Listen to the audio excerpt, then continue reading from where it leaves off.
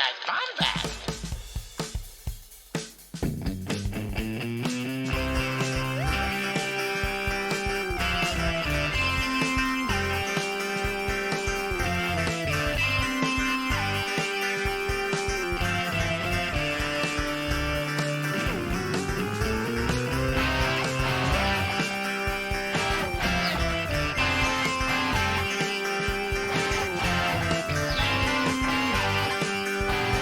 Welcome to the Bombadcast.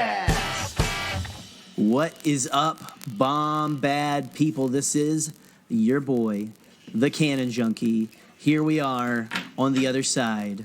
Can you believe it? We're here, our little reaction episode to a lovely tale of just a kindly old man who really just tries to connect with his granddaughter, and it's a Pixar short. quite fails. I'm really trying not to call it a little indie movie because that's what everybody does. But we are going to talk about the tearjerker known as the Rise of Skywalker. You're at the Bombad. You know what? This is the Bombadcast. I'm the Canon Junkie. I'm going to bring in the rest of the crew, my other half, my lovely co-host, Scotty J-Ro. Scotty, how you doing, buddy? I am currently living off the high of the film I saw, having seen 3 times, actually. It's, That's impressive. I'm doing really good, actually. It's been kind of weird, like, I've never had a Star Wars movie except for TLJ when I left, and I'm like, dang, I need to think about this. You know what I mean? And right. Actually, we'll talk about that. Joining us today is someone that got the wonderful start on the Bombad career on his Revenge of the Sith episode, which was actually, like, honestly, and this may be going back on a lot of things I've said, but I think that might be one of my favorite episodes of the Bombad build-up, the Revenge of the Sith one. That was a doozy, and a lot of what we saw in this movie kind of parallels what happened. And regardless, we're bringing back our buddy Eric Kottemann. What's up, Eric? What's up, people? I'm living off the high right now of y'all's reaction video.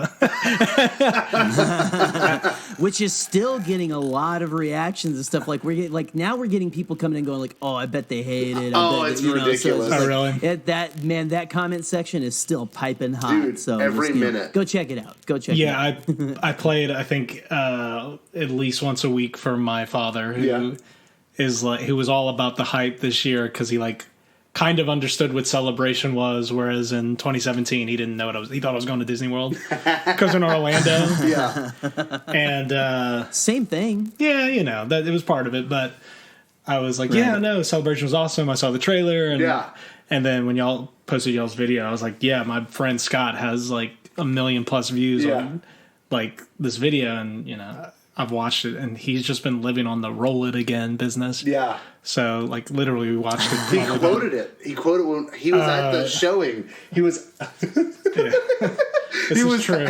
He was at the showing with us, and Eric and his buddy John. How many people did you buy tickets for? We had 25 people total. 25 people total, and I was one of them. Nice. Of course, Katie was there, my buddy Chase, and we happened to get invited, and there was 25 of us, and Eric's dad was one of them, and the first thing he says, it comes up to me, he goes, "I've been going to see these movies for 42 years. You know how long 42 years are? I was 16 years old." He kept saying it, and I was like, "It's awesome." But it's true. It is, and that was the reaction I actually wanted to hear the most after the movie ended, because I went up to him like, "What did you think?" And I'll talk about that later, because generally, I guess we can kind of get into the discussion. Generally, everyone's reaction that I saw the movie with has been really good. Yeah.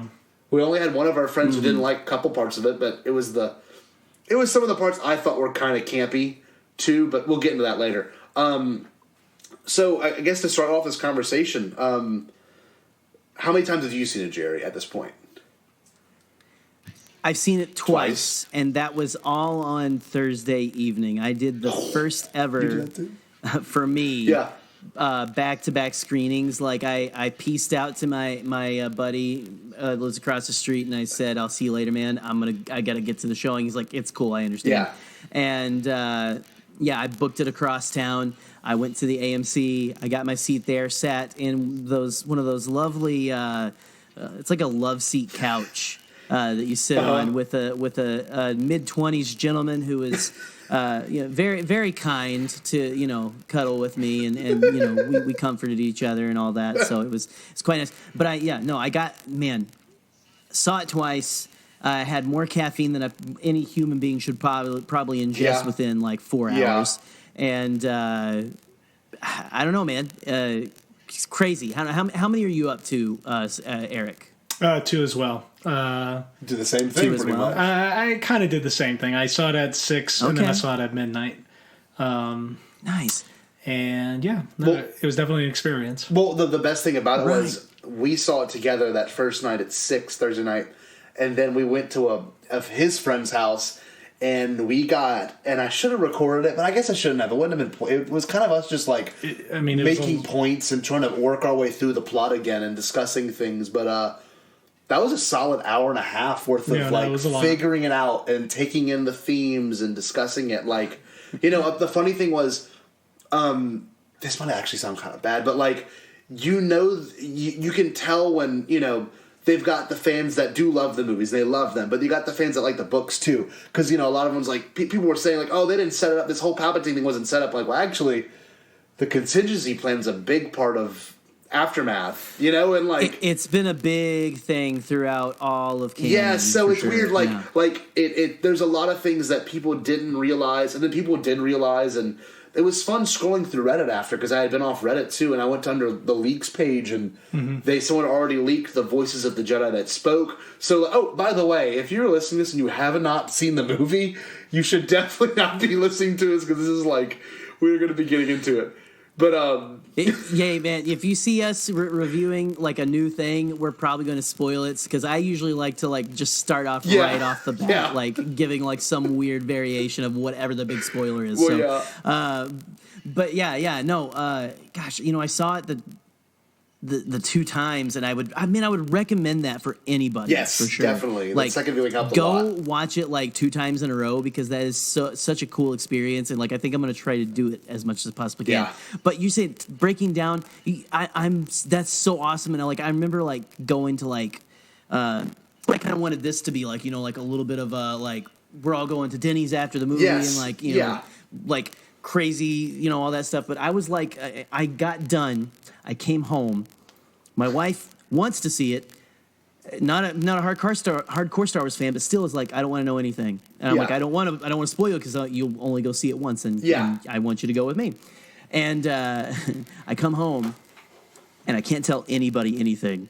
Yeah. And I felt like I was like, dude, I was like walking around for most of the day, like day Friday, like a crack addict conspiracy theorist. Just like I was like flinching, like looking behind me, like who's there? What's going on? I don't know what's until I talked to Scott, and then of course I had like a little 10-minute purge of information. We had like some. It's funny because Scott, I had some of my wife's old friends over from high school, and they were all eating dinner, and you were like, "Hey, can I call you?" And I go, excuse me, I have to go outside and talk about Star Wars. Well, best part was I just unloaded on you, because I was like, there were so many things that like had been bottled up for so long, and so that's what these movies do to us, though. It's like I don't know. What do you guys think about that? The seeing a Star Wars movie for the first time is the best thing ever, but it can also be like. It can be a very good mental health awareness test, to know how far deep you are. Dude, I want you to talk about it, but like, it was cool seeing. This is our first time him and I saw a movie together, like that so movie, awesome. And we had seen Joker together, we had seen Spider-Man, we'd seen a bunch of movies this past year together. Endgame, we saw a lot of movies together this past year, but not for the first time. Yeah, and I mean. What happens to me, and it doesn't happen to him, I know, but whenever, like, Luke first showed up as a Force Ghost, I don't hear any dialogue. I'm, like, losing my mind. I'm crying. I'm looking at Eric. He's looking at me. When we sat with, like, 8 people between us. Yeah. So we'd be, like, leaning across the whole row, and, there's... I'm getting chills talking about it, because it was such a cool experience. Yeah, that's the big thing that I've taken from these viewings. I've kind of made them... a little community event. People, just like the general people, general people that I generally know, just don't go to the movies. Yeah. Right. But when you like throw the big SW word on it, like people tend to show up. It's awesome. The fact that I got 25 people to like agree and to reimburse me for the tickets that they bought. Like I used to play in a band and like I couldn't even get them to show up to like go do that. Yeah. And that's like something that like they can go see their friend do. Yeah. It's a little different though. Star Wars is a little more important than but no, it's a big community event. It's a little more event. Established. It's just a little bit. Yeah. It's a little older than some music, but no, it's a great thing to have. I made sure everybody stayed around before they left. We took a big group picture. It's like a big thing. Awesome. And I, like honestly, like maybe like 20% of our group was like hardcore Star Wars fans, and that was the group that ended up meeting up after. But still, the celebration crew. I mean, you had John, you, Wes, and me there, and Katie. Yeah. You know, not to say Katie's a super fan, but like those are the four people, the three people I was really looking forward to hearing their opinions about. You know, we watched the trailer together that day, and we saw each other that whole rest of the day. You know, like it was, and then of course we had his friend Troy, who's like super heat. I actually love hearing his point of view, by the way. I want him on this because, like, he had some very beautiful parallels he made. But, it was weird because seeing it with him, every time a scene would happen, I would look down and see him and he would be freaking out and I would be freaking out. It was... I'm not as animated as Scott. Like, just like... Yeah. Watch their trailer reaction. Yeah. Like, I was in the main room on the floor and I didn't shed a tear. But that's just like my personality. Yeah. But like, it's still a big personal thing for me. And I was sitting next to my dad. So like, it's awesome. There was a few times, like every time something big happened, I felt my hands like going back, like towards my dad, and like towards our good friend John. Yeah. And then there was a few times where there was like a little bit more like crazy stuff that I had to look down at you for. I was like, they just said that? They just did that? Yeah. They just, trying to remember specifically, I think it was when the Force Spirit showed up. That was definitely one of them. Like, I remember looking at you and be like, I think, but the biggest thing, and our whole row, which is composed of... Oh, it gives me chills. Composed of, like, hardcores and just, like, casual fans and just, and some people who just, like, have never gone to a Star Wars movie, like, within the year that it came out. Mm-hmm. When the Force Lightning came out of Rey's hand, our whole row, like, jumped up like a bass booster, like, and like a subwoofer. Yeah. And I like, looked real quick. Yeah. And everybody was like, oh, my gosh, I can't believe it. Everybody was freaking out. And I'm not gonna lie, I didn't cry then. I was more in awe. But seeing it again made me cry because the way she screams Chewie. Look out for her next time. Oh, yeah. It's I noticed. So heartbreaking. Right. Like she just killed Chewbacca. Yeah, I mean... it's amazing. That's one of the biggest things about this movie. Like, everybody is on point. No matter how big or small their role is, everybody's on point. Even John, when he yelled it too, was crazy. So. All of it. Like... that's a good point. Clearly, Eric. they had not seen the trailer. No, I mean, but like even me knowing I saw the trailer, but they do that. They do that with Endgame. They had like half the stuff in Endgame's trailer wasn't there. Scarlett Johansson with a gun and stuff like that. Like, unfortunately, the way my brain works, that's true. Yeah, fortunately, the way my brain works, like when that transport exploded, my heart like sank for a second, and I was like, "There's no way they killed Chewie," and then my brain went, "No, he's in the Falcon with." Lando, in the third act. Yeah. They've already shown it in the trailer. You're right. Right. But it worked. It did work. Like, it worked. And, I was just like, you don't kill the family dog. No, like that. I've heard somebody say that on some podcast before. What if they did that, though, and it's like, the third act is like, it's Lando and Neenum with like a fur coat on or something. They just like superimpose Chewie's head over it. Like, we just didn't notice it was like really like shoddily done, So I don't know, like that one. And Scott, I believe I told you how that moment kind of didn't really hit for me because I was one of those guys in the middle of that movie. I ordered a pizza for my wife and child. Oh yeah. During that part because I didn't know that was coming up, and it was just like I had a lot of weird stuff going on that night. And I was like, okay, let me get this thing going for you because I was like trying to like have a perfect night for them and me, and just the timing didn't work out. And so, second viewing, a lot better on that one. I that was like insane. I was like, man, I wish I like would have caught that the first time, not like secondhand, but I you just like imagine the. I don't know that still that part is so sweet. Yeah, and stuff, and I still, like I say, on the third, like, I really, that's what I'm saying, the third viewing, I'm probably going to catch a little more. Because, obviously, I think I noticed the second time, well, there's 2 transports when they land. Yes. You only see one, and it takes off from behind the rock and stuff, so that's it. So at that point, I was like, okay, I can see, okay, so you did a good bait and switch. That was a good bait and switch and stuff. There was several scenes like that were, like, really just well done, and small twist, and it felt like a very good modern movie. You know what I mean? Like it had some stuff that was like, oh, this is nice. There's like a return to some things, other things very new.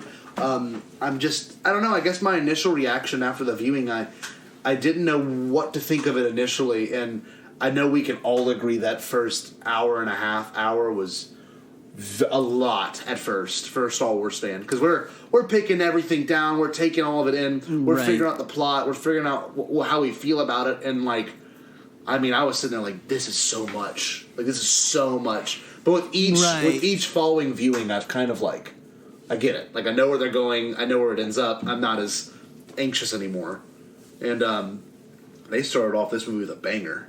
I did not think they were going to start off with what they started off with. That was my first thought. Was like I turned over to my guy, to the guy I went with to the first showing, and I was like, okay, we're going here now, I guess. So, wow, this is way faster than I thought it would pick up. Yeah, I figured they were going to start with that exclusive scene that they put out. I was like, yeah, I definitely think this is the beginning, and they put it out like a week and a half prior. Yeah. Mm-hmm. And I couldn't help myself, and I actually made Scott watch it. Yeah, I was like, Scott, I know you're trying not to watch things, but that was so worth it. I was like, you really need to watch this, because if I think the movie's going to go where it's going to go, and they start off like this. Yeah. It wasn't like the exact first shot, it was the whole sequence with Kylo going to meet Palpatine. Well, one thing I will say real quick, he said the line that Jerry had been voting for. The dark side of is the pathway to many abilities. Yeah, I mean, that was cool. I definitely think that was going to be that's their story explanation on how he got back, and I know that's a big criticism right now of like not visually seen or being told point by point how he came back. That's the nature of Star Wars. I agree. I agree, but I kept, this was like a big thing during our discussion after the movie. I was like, there's going to be a comic, there's going to be a novel. And everyone's like, but we don't want to do that. Yeah. I'm like, well, you might have to. Yeah, you might have to. Because, do you want to know? But yeah. Yeah, this movie couldn't have been, it could have been 3 hours and 30 minutes, and I would have gone and watched it, but it wouldn't have made, up to like, I think it made close to 200 mil this opening weekend, or that's like the rumor. Right. It wouldn't have done it. It wouldn't have done it. Nobody wants to go see. I mean, think of The Irishman. Like it just. That's. Ooh. So. I can't even remember if I finished The Irishman yet. I think I did. I haven't even started. But it took me like 5 nights because I have a kid. So. Right. But with Star Wars, you're right. There's a lot you can do with the crawl, and for this story in this movie, is it really that important to know how Palpatine is there? No, but just as fans. Even I want to know, like, how did he actually do it? Yeah. And, like, Dominic Monaghan gets this one line where he just, like, throws all the possibilities. He's just, like, cloning. I don't even remember the exact word. Is it cloning some Sith magic, dark magic, something like that. And, like, he kept naming stuff. And, I mean, it just, like, represents how everything else... I think the whole movie is really, really fast, actually. Like, I mean, I haven't seen the third time, but the second time I was like... This is the fastest Star Wars movie. Definitely is. And that's not necessarily a great thing. It's not necessarily a bad thing. With Mando being... It is what it is. Yeah, it is what it is. And with Mando being like the main Star Wars content we've been getting, this year so far. Streamline, yeah. It is very slow paced. Yes. And, I have more knowledge on the prequels, and I feel like the prequels actually take their time. Dude, I may be wrong on that. No, I was watching episode 1, and episode 1 has such a smooth, like, compared to this movie, and I was watching it right after I'd seen it, I was like, damn, these movies are way more smooth. Yeah, that's a very George Lucas-y kind of take your time to tell a story. Then builds up really well. Yeah. Yeah, so, and I'll just get into it. Like, I really do like this movie. I love Star Wars. I love the fact that it exists. Mm-hmm. I don't know if I love this movie. Mm-hmm. Like, I love that it exists. Mm-hmm. I don't know. It's such a weird complicated relationship I have with this movie in particular. But I'm so happy it exists. Yeah. And I don't know. Right. I don't know if I wanted the version where Snoke is the big bad, because I think that was maybe the original intent. And to have Palpatine back, it just makes more sense for the story of Skywalker. Yeah. But yeah, I know Scott. He has pronounced that it's my favorite. It's his favorite Star Wars movie, and that's awesome. Yeah, right. I think it took the third viewing and like to think about like all the subtle things they set up, and like they still had a lot of campy, silly stuff, and I don't know. It's weird. Right now, I figured out it's my favorite because I love The Last Jedi, but it's not my favorite because it's Star Wars, but it's not super Star Warsy. You know what I mean? This most recent movie was so Star Warsy. The feeling of it, you kind of have to know what has come prior to really see this movie. People were saying, no, you don't. You don't have to know. You don't need to see TLJ. But I really think this is probably the first one where you really got to know the situation, because if you don't know who Palpatine is, it's no payoff for you. Like that, just a random bad guy. It almost makes it does a disservice to the whole sequel trilogy if it's, if you look at it like that. But I look at it as a whole. Right. Right. Well, I'm sorry, I didn't mean to cut you off, Scott, but I would just, all the people talking about how this, like, completely retcons Last Jedi and everything, like, and this is the best of the new trilogy. I've seen that a lot. I don't know if I agree with that. Eric, I'm kind of in your boat, man. I love this movie. I'm so glad it exists. I'm so the parts the new things it introduced and the things it revealed, I love more and more the more I think about it. Right. Yeah. But like it was so breakneck. Yeah. At first, it was. This is gonna sound like a really bad comparison, and I don't mean insult by this. I'm not like. I love this movie. I really, really like it, and I'm really excited to see it again. Like, the score is amazing, everything. I love this. It felt as choppy the first time watching it as the first time I watched Batman vs. Superman in theaters. And I enjoyed that film, but it was like, and I'm not saying it's the same quality, but like the choppiness reminded me of like, I'm really wanting to get in with this, but you're really like, I don't like how fast we're cutting to stuff. Which, again, some of it ended up making sense. Like, there's one time where it, like, cut from, I think, Ben to Poe and Finn, then it cuts to Rey talking to Leia, and then it cuts to Ben again. Oh, the one where he's touching the helmet. That was, Yeah, but that ended up being, it was like the same, it was like a parallel scene and stuff, so that was like, okay, I was like, okay, we're not going to a different thing to see a different, we're good. But I back to your point you were making, Scott, you absolutely need The Last Jedi to make this movie work. I'm saying, if you think it's the best of the trilogy, you don't get it without TLJ, whether you think that's a good thing or a bad thing. So, I mean, just so many things JJ picked up from TLJ and carried it into this film and expanded on it. You know what I mean? So it's, I don't know. I think it seems almost a little, do with it as you will, I guess. Yeah. I will say. Well, one thing I want to mention real quick, just to plug what we've done before, but the Bombad build-up, I think, really prepared me for a lot of the thematic things that happen in this movie, because in terms of themes, this movie does ooze a lot of ooze is a very gross word. This movie does, it bleeds into the rest of the other movies, because, there's parts where, of course, we know Luke and Yoda parallels. I love how Anakin and Ben are such different characters, and the Rey doing the healing thing, and Luke training Leia was really cool, and the importance of last names now, and how the entire sequel trilogy now has a very different perspective than it once was before, because this entire time it's been a Palpatine and a Skywalker at odds, which had been before, but then they conjoin and come together, and they're a dyad in the Force, and whenever his power awoke, and I think he activated her power, it's like you watch these other movies now with a very different perspective. And I remember texting, I think I texted you and Jerry the same thing that day. I said, you will watch these last movies for in a completely different way for the last time when you see this movie tonight. And I think it's kind of weird how that holds true very much. Like that. Absolutely. I think a lot of what we see and the idea of redemption for Ben makes a lot more sense now, and how they set it up in the other movies with the Leia connection, and then the Leia connection in this movie. It's like, I don't know. It's hard to say that this movie does not do anything, because of TLJ or vice versa. This TLJ didn't do anything for this movie. I think it's actually quite the opposite, because those Force bond moments.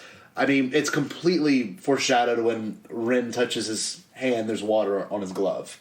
Right. That then he pulls a necklace off of her, and she cuts the pot with the red stuff in it, and it pours out in the ground. But below him, it's like there's some crazy things done in this movie that TLJ beautifully set up. It's it's beautifully set up. I had another thing to say, but it completely left my brain. No, it's all good. No, but Scotty, speaking of the Bombad buildup, one theme you guys noticed that Scotty really zeroed in on, this was your baby, man. Like the whole Skywalkers and the correlation between Skywalkers and fire in important moments in their life. Yeah.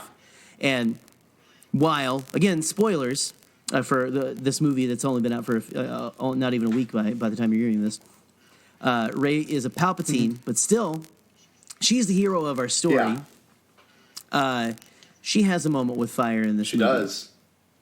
And that's what I thought about you, like in that scene, because that's like you were absolutely correct. That was her turning point in that film. Fired. Because she took that tie there and she was like, I'm just going to stay here. Yeah, I'm going to learn. And you know what? The best thing is, my point I made on the TLJ episode, she's going to learn just like Luke did. Every Jedi learns from their master, even the good and bad things. I'm going to run away and get away from this situation. And that was my biggest argument about Luke and TLJ, was he just learned from his masters. Rey does the same exact thing until the tie's burning in front of her. She's throwing firewood into it, and then Luke catches the saber. And it's Eric has a very particular take on this part. What do you think of that? The second he gets the saber, a lot of people think this is a middle finger to The Last Jedi. I don't necessarily agree with that as a whole, but if there is one line, it's the opening line with Luke where he says, the weapon of a Jedi should be treated with better respect, or something like that. More respect. Yeah. I think that was the big, if JJ does not like The Last Jedi, which, never know. Can't prove either way. Mm-hmm. That was like the biggest jab. And I think there was a little bit of a jab in the first line of Force Awakens. Yeah. This will begin to make things right. That's it, yeah. And JJ might as well just stand for jab. But no, to your point, Eric, it could be a jab. I agree. But it also, in a weird way, it could be Luke's realization. Story-wise, it makes sense because it's Luke being like, and he further explains it, I was wrong. You shouldn't be here. Fear is the reason that I stayed here. That's awesome. And which is brought up in TLJ. That's what I think people are missing. You probably watched TLJ once or twice. Yeah. And that's the whole end of the movie. Luke learns from Yoda. I got to get involved. Yeah, I mean you can dislike The Last Jedi if you want. I don't even, I was telling Scott earlier, I don't even know how I feel about the movie until I have Rise of Skywalker to watch at home. Mm-hmm, mm-hmm. I honestly don't know. I like The Last Jedi. I was a big Last Jedi supporter and defender. Mm-hmm. But now I'm I don't know. Because, not because of things that it did in that movie, but because of things that happened in this movie because Last Jedi exists. Yes. And that has nothing to do with the movie itself. It has to do with JJ's relationship with the movie and what story he wanted to tell. Mm-hmm. So that's something that y'all could probably get on a deeper level on a completely different episode. Just the consistency of this trilogy. Yes. It is not that consistent. There's some things that are greatly consistent. There's some things that I find unfortunately might taint a rewatch. And that's just real world problems with, a company acquiring an IP that they haven't owned. Yeah. And trying to appease a extremely passionate and extremely vocal and extremely diverse fan base. Yeah. that has different opinions, literally on like which trilogy is the best and all this kind of stuff. Yeah. Everything. Yeah, but anyway, my point being is you can dislike The Last Jedi all you want, but like the relationship between Rey and Kylo, and then Luke learning his lesson, is essential for this movie. It is. And absolutely, even if you cannot stand the movie, like you would be a fool to say that those things don't contribute to what happens here. Like literally, Force Skyping is so important that if they just would have dropped, let's say JJ directed episode 8 and it never happened. God. And then it happens in 9, people would just be like, well, what the heck is this that? like? Yeah. What the heck is Force Right. Skyping? And then what I also like to call Force Dropbox. Yeah. With the Force drive. with the passing of the lightsaber, which I'm into, especially if in further canon it is explained that since they're a dyad in the Force that they can do this. Yeah. Like this can't just be a Jedi OP ability from this point on, because a lot of people are like, well, this negates everything about healing Qui-Gon and da. Well, I want to now. Can I talk about that real ahead. quick? Because the big argument I've seen, and a friend of mine, I went to see a show last night, and these are two great friends of mine, but they were, I don't understand why couldn't Qui-Gon do that, and I had to say, like, they didn't have the books that Luke got. Okay, Luke had found these books that then gave to Rey that are these ancient Jedi texts, and you got to think the Jedi before. In the prequels are so dogmatic that they probably would have been against Force healing to begin with, Maybe. It wasn't in Clone Wars. None of that. All that stuff was still consistent, Yeah, what if we get a Old Republic trilogy and that's all over the place? Yeah. That would be cool. That'd be great. Because then you have a connected tissue. Exactly. And I think they might be doing something with baby, the Little child. man. Yeah. And, exploring that. Yeah. Well, and it obviously in the film is set up as something that's it isn't just like, oh, let me just do this like a force push, like I'm just going to heal you real quick. It's like you're giving up your life force a little bit. Like Rey makes that line when she's healing the snake and stuff like, hey, let me just give you. I'm just giving a little bit of life force. It's okay. This isn't like like I'm just gonna walk around the corner of the 7-Eleven and grab a Band-Aid for you. It's like. This is something that takes a lot of great effort, almost like Luke's force projection. Even if you're like as strong as Luke Skywalker himself, it could probably kill you. It's probably going to kill you. And I think that's kind of interesting the way they're. I don't know. They've introduced a lot of new and good things and. I know there's not much example of it in the movies, but it's very prevalent in canon that every Jedi has a different thing they're better at. Yes. Right? It's kind of like, in Clone Wars, I think Rey has a little bit of this too. Quinlan Voss has the ability, what is it? I forget what it's even called. It's like where he can touch objects and see their past. Like who's used them and Force stuff. psychometry or something? Psychometry? Yeah, psychometry. Yeah. So I don't know, just I understand because for especially casual viewers, it's like, well, why? And the answer to that for a casual viewer who doesn't want to get into all this stuff, I would just say, they're trying to give us things we haven't seen in these movies, and so George started in the middle. So we're eventually going to run into some things. We're like, well, why didn't they use it in this? Yeah, Right. And the answer is. Because we didn't think about it then, and we thought it would look cool in this one, so here we go. I gotta say one thing. But yeah. When this is a parallel to Revenge of the Sith, but I think it could easily be answered here. The fact that when Anakin force chokes Padme and she falls to the ground and then she dies of a broken heart, quote unquote, that could easily been now changed to Palpatine be like, no, I pulled her life force to keep you alive, which then can parallel what happens later in the movie between Ben and Rey, which we can get into later. But I don't know. The new Force abilities that were displayed were really well done. If I can say anything about it, they not only they have the Force Dropbox, which I love. That's a great name for it. Force that's brilliant. Yes. The Force Dropbox was great. The Force healing was great. I loved how powerful Palpatine was, but I also loved. It's established the very first line in the movie with Rey was what is the exact word? Dang it! It's like all the Jedi are in me or something like that. I feel she's trying to get in touch with all the Jedi again, and then when she needs it, she can get in touch with them. In the very end of the movie, it's just right.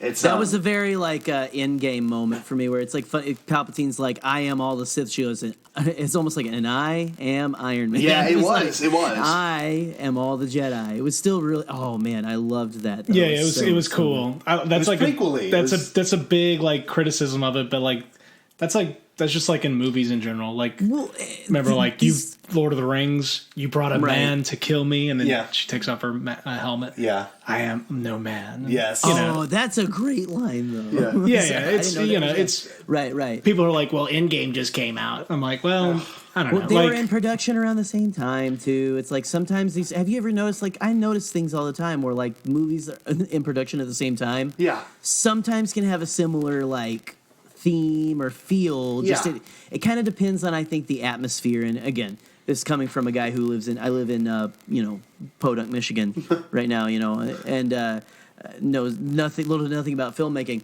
But I don't know. I feel like sometimes there's just kind of an idea that might be floating around certain sections of pop culture, and it's like, oh, that'd be kind of neat, or it's, I don't know.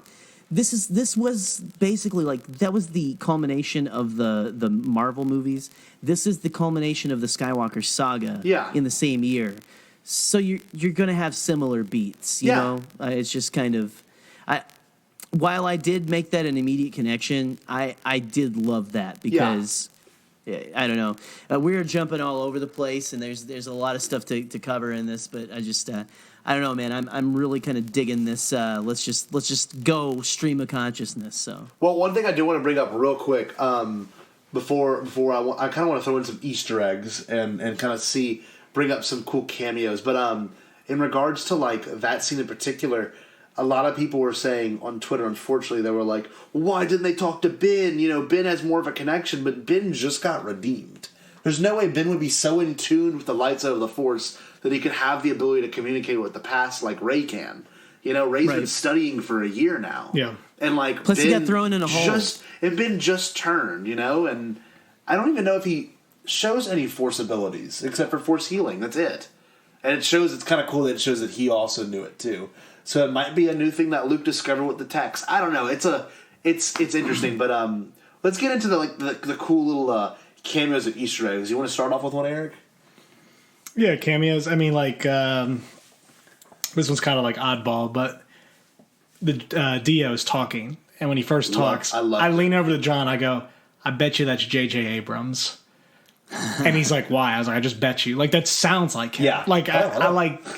I pitched it down in my mind, and I was like, "I believe that's J.J." Mm-hmm. And when the credits, which by the way, the credits are running a marathon. This movie is so fast that I couldn't keep up with the credits. It's like they knew Disney Plus exists. I'm like, well, we'll just keep it slow. A lot of people are getting this movie, dude. It flies by. Or I don't know if that's I don't know. They can't be the projectionist, but it is fast, dude. Lights, they are hyperspeed jumping. Light speed skipping. Light speed skipping through those credits. But no, when the Force Dropbox, I don't know. When Dio was going by and it said J.J. Abrams, I was like, yes! It's amazing. Nice. That actually might be one of my favorite little droids now because Scott loves him. Hello. Thank you. Everyone I called him. What was it? Friday? Probably. I called him Friday. We hadn't talked so much the last couple of days. I went hello. No thank you. And the best was he took the 3PO role when 3PO couldn't do it, and when 3PO was like, "I'm taking one last look at my friends," he goes, "Sad." No, sad. That's amazing. I love that. Yeah. And then, what a cool idea though to do a little roly droid that actually talked. I thought that was so fresh and new. I love that. But I did not pick up on that J.J. Abrams thing for sure. So no. Well, he was also a Sith droid too. To think he was chilling with a Sith, I guess a Jedi killer. What was that guy's name? I forget that name. I forget that guy's name every time. I don't know. Because I thought they were saying OG in the movie, OG, OGE or something. But I think it's OCEE or something like that. Another thing people have been picking up on that is that BB-8 fixes him. Yeah. And it kind of parallels the life essence thing. Yeah. I don't know if that's what. That's a good point. I don't know if that's what you would call it. No, I think so.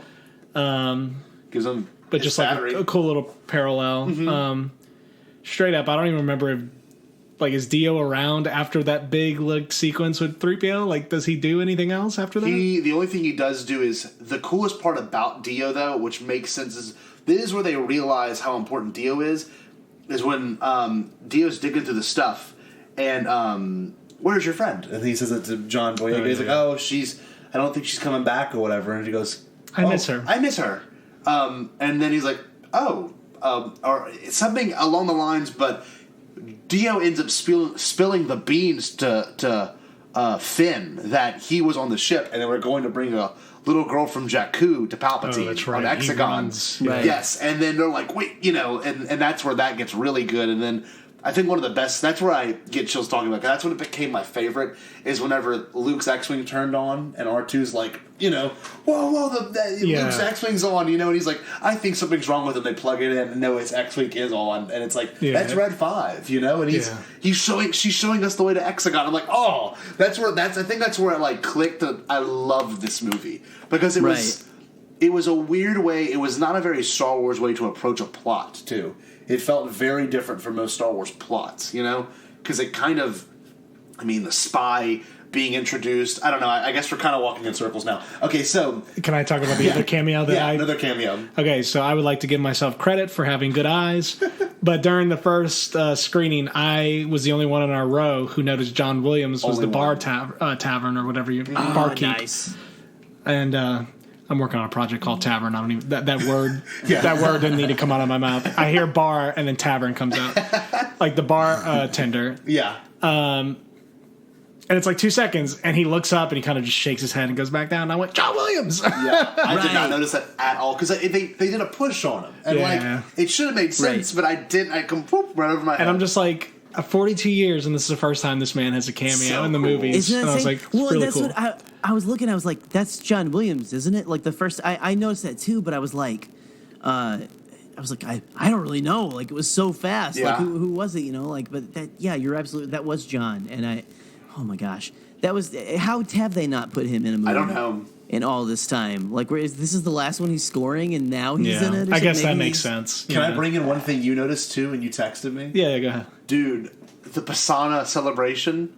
It dawned on me after Eric sent me the text, seeing it for the third time. He goes, "This celebration only happens once every 42 years," and I'm like, "Oh my god!" Yes, it's. I know it's great. So it just clicked with me too. Like, and dude, he texted me like, "Oh, it's interesting that he noticed that." And then I'm watching the movie and I'm like, "Oh wait, like." And this the original Star Wars movie was 42 years ago. It just boom and seeing the second screening I had at midnight, it was me and 2 other people, so it was very, very quiet. So I'm glad because I got to pay attention to a lot of the words. Another little cameo that's like not so crazy. You're good at this. You really notice this kind of stuff. Oh yeah, I was looking forward to the second view. Okay. I was looking at the credits, which were flying at 60 miles per hour. I'm a big Beatles fan, and George Harrison's son actually voices one of the stormtroopers, Danny Harrison. No, he did not. Yeah, what? I think he hangs with JJ or something. I don't know if he did some work for that, but I was like, oh, Danny, before there was Beatles, there was Star Wars for me, but after Star Wars left, Beatles became like my next big thing, and that was like Star Wars was like my upbringing, and then the Beatles was like a big thing, and I want to. Oh, keep going. No. And so anyway, that was just cool. And then Scott's got the additional voices pulled up. So Eric's really good about credits, watching the credits. Oh, what's up? Right. Can I say who I thought that I picked out a voice, and I want to know if I'm correct. Okay. Go ahead. Bulio at the beginning. Bulio, who gives the information, then he gets his head cut off and thrown on the table and stuff. Win the war. Was that Mark Hamill? Win the war. Was that Mark Hamill? I don't know. It's a voice I recognize, but looking at that additional cast list, I was trying to pick out who it was. I thought it was Clancy Brown, who was just in the Mandalorian, but his name wasn't anywhere to be. It just had that very that Mark Hamill I don't know, a little bit of the joke. You hear a little bit of Joker in there. You can hear a little bit of his, he's doing one of these, I'm looking right now. Vanity Fair put a lot of voice cameos in there. They're talking all about the Jedi voice cameos, which we'll get into way later. But I can't find it currently. But I will say this. Oh, hold on. Never mind. Oh, the other cameo, I noticed this on my third viewing. Lin-Manuel Miranda, he is like right as the Falcon lands, or right as the Falcon's landing, he shows up. Yeah. You can see that just half of his face. I didn't see him. Scene? Huh? Which scene with the Falcon landing? At the very end of the movie. Very end of the movie. See, because I remember now that he was supposed to be in it, because I remember he was on like the behind the scenes reel that was released not that long ago, but my gosh, I did not see him in the entire film. Okay, one other thing too, and no one else, maybe I noticed this in my screening, I don't think it clicked with anyone after I said it either, but Poe walks up right after they land the Falcon for the first time, and it's after him and Rey get in a little argument, and he says, "Hey, Junior," and he screams it at the Mon Cala, and he's like, "Yes, sir." It made sense. Like, oh my god, that's Akbar's son, Aftab. Right. But Chris Terrio voiced Aftab. I did not know that. What? It's awesome. Oh man, that's crazy. That's awesome. Yeah, I loved that little detail because I caught that the first time. Like, because I saw, like, we've seen him in everything, and like I read that that basically prelude to Rise of Skywalker comic. Yeah. Where they basically go recruit Aftab and the rest of the Mon Cala that are surviving. And I loved that he called him Junior. That's just so Poe, and that was just so like such a good little detail that they put in there. So and before I go and read the additional voices list, I wanted to bring up how awesome was it to see Wicket again, just even for that brief second and you saw his son. His son, yes. But it was Warwick's son. It was Warwick's son who I sat next to at Celebration for a couple of the panels. Oh wow! Yeah. That's awesome. Yeah, I mean, you remember going to the Clone Wars panel together. It was like, just walk right in. You go right up to the front, close as you want. And he happened to go to the, what was it? What panel was it? I think it was Fallen Order. Yeah. It sits right next to you. It's like, it's I mean, wouldn't you? I mean, that's awesome. Yeah, that's amazing. But, that scene with Endor and Cloud City, I would almost consider those cameos, too. And Jakku. Right. Dude, did you notice the Holdo maneuver happened in the Endor one? Go back and look. There's a ship split right in half, so someone must have launched it. I don't know. I want to see more answers on that. Well, the thing though that I loved about this movie, which was kind of like a little Easter egg, was it Dominic Moynihan's character? He mentioned like, why don't we just Holdo maneuver pull a bunch of Holdo maneuvers? Which is something people have been saying, like, broke Star Wars, the Holdo maneuver, and they're like, that was a 1 in a million chance. I love that they did that. Because that's what I've been saying the whole time. Like, it was like not even like, I don't know. Anyway, look, I'm gonna show it to you on your camera real quick, Jerry. But someone must have done the Holdo maneuver because like that's what it looks like. Look, I don't know if you can even see it. Hold on, let me see what you see. Because I don't have my monitor up. I mean, if you lower a little bit, I can see. But yeah. I think Luke Skywalker appeared in the Force and did that with his like hand. Oh yeah, like he should have in The Last Jedi. Split it right down the middle. Another cool kind of parallel. I don't know if you noticed this either, but when Han shoots behind his head, so does Kylo Ren when he's running. Thought that was great. Kylo's always had a little bit of swag though. Oh, totally. That's the thing. Everything about they put so much Han Solo in him there in that last sequence. The big confrontation with Palpatine, between him jumping and catching the chain and going ow. Yes, I put a little more Han Solo gruff on it, but there was a B-1 battle droid too, and at Kojimi at the Spice Hideout, there was a B-1 battle droid hanging on top of the stairwell. It was not where it was in the trailer. It was on top of the stairwell. I was going to say, I kept looking for it in the shot where it was in the trailer. I couldn't find it, so. Yeah, it was definitely in top of the stairwell for this one, which I thought was pretty cool. Okay, I want to go and read the additional voices, and we can also read the Force Spirits voices as well.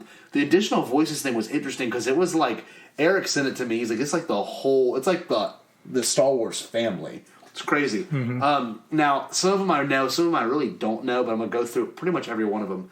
David Accord, Dan Adler, D. Bradley Baker, Verona Blue, Steve Blum, David Collins. Freaking awesome. He's the one who got shot in the eye by Lando. Oh, really? Yeah, okay. he wrote it on Twitter. I was going to say he posted on Twitter, like, I'd rather take an arrow to an eye. Or, Jonathan Dixon, Terry Douglas, Robin Atkins Downs, Amanda Foreman, Gianna Gavankar, awesome. Nice. Gray Griffin, Stephen Groom, Bobby Hall, Mike Holland, Karen Hugh, Tom Kane, Lex Lang, Vanessa Lingus, Yuri Lowenthal, Vanessa Marshall, Donald Mustard, Nicole Nasca, Michelle Rejwan, pretty cool, Julian Stone, Tara Strong, Fred Tatkaskor, James Arnold Taylor, Jessica Tuck, Carl Urban, Reggie Watts. Urban. Do you know who Carl Urban is? No. Who's Carl Urban? If it's the same Carl Urban, it's Éomer. Éomer really? from Lord of the Rings and Bones in the new JJ Star Trek movies. Wait. Oh my God, that's amazing. Yeah. The new Judge Dredd, all of that, man. That's awesome. I freaking love him. Reggie Watts I thought was particular. Do you know who Reggie Watts is? Yeah. He's like a loop comedian. He's a comedian, but he like does all of his stuff using loops. Reggie Wilson. Reggie Wilson. Where did I just read that at? Reggie Wilson. Watts. Deborah Wilson. I'm sorry. Sam Witwer and Matthew Wood. Matthew was and Sam Witwer. I love those last two.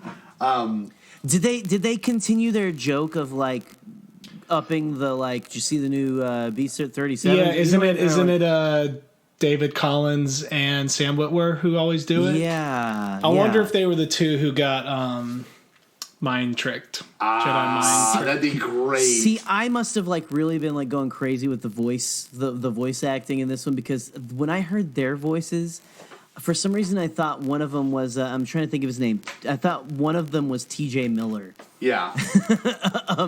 For some, I don't know. I was like, that really just kind of sounds like T.J. Miller. Like, I thought we really when that missed first you guys. by the body style, and maybe you'll look at next time. I thought how cool it would have been if that was Kevin Smith and Jay Muse, because the body's like slightly different in height, and the way they're like, man, that's cool. I'm glad you're here, dude.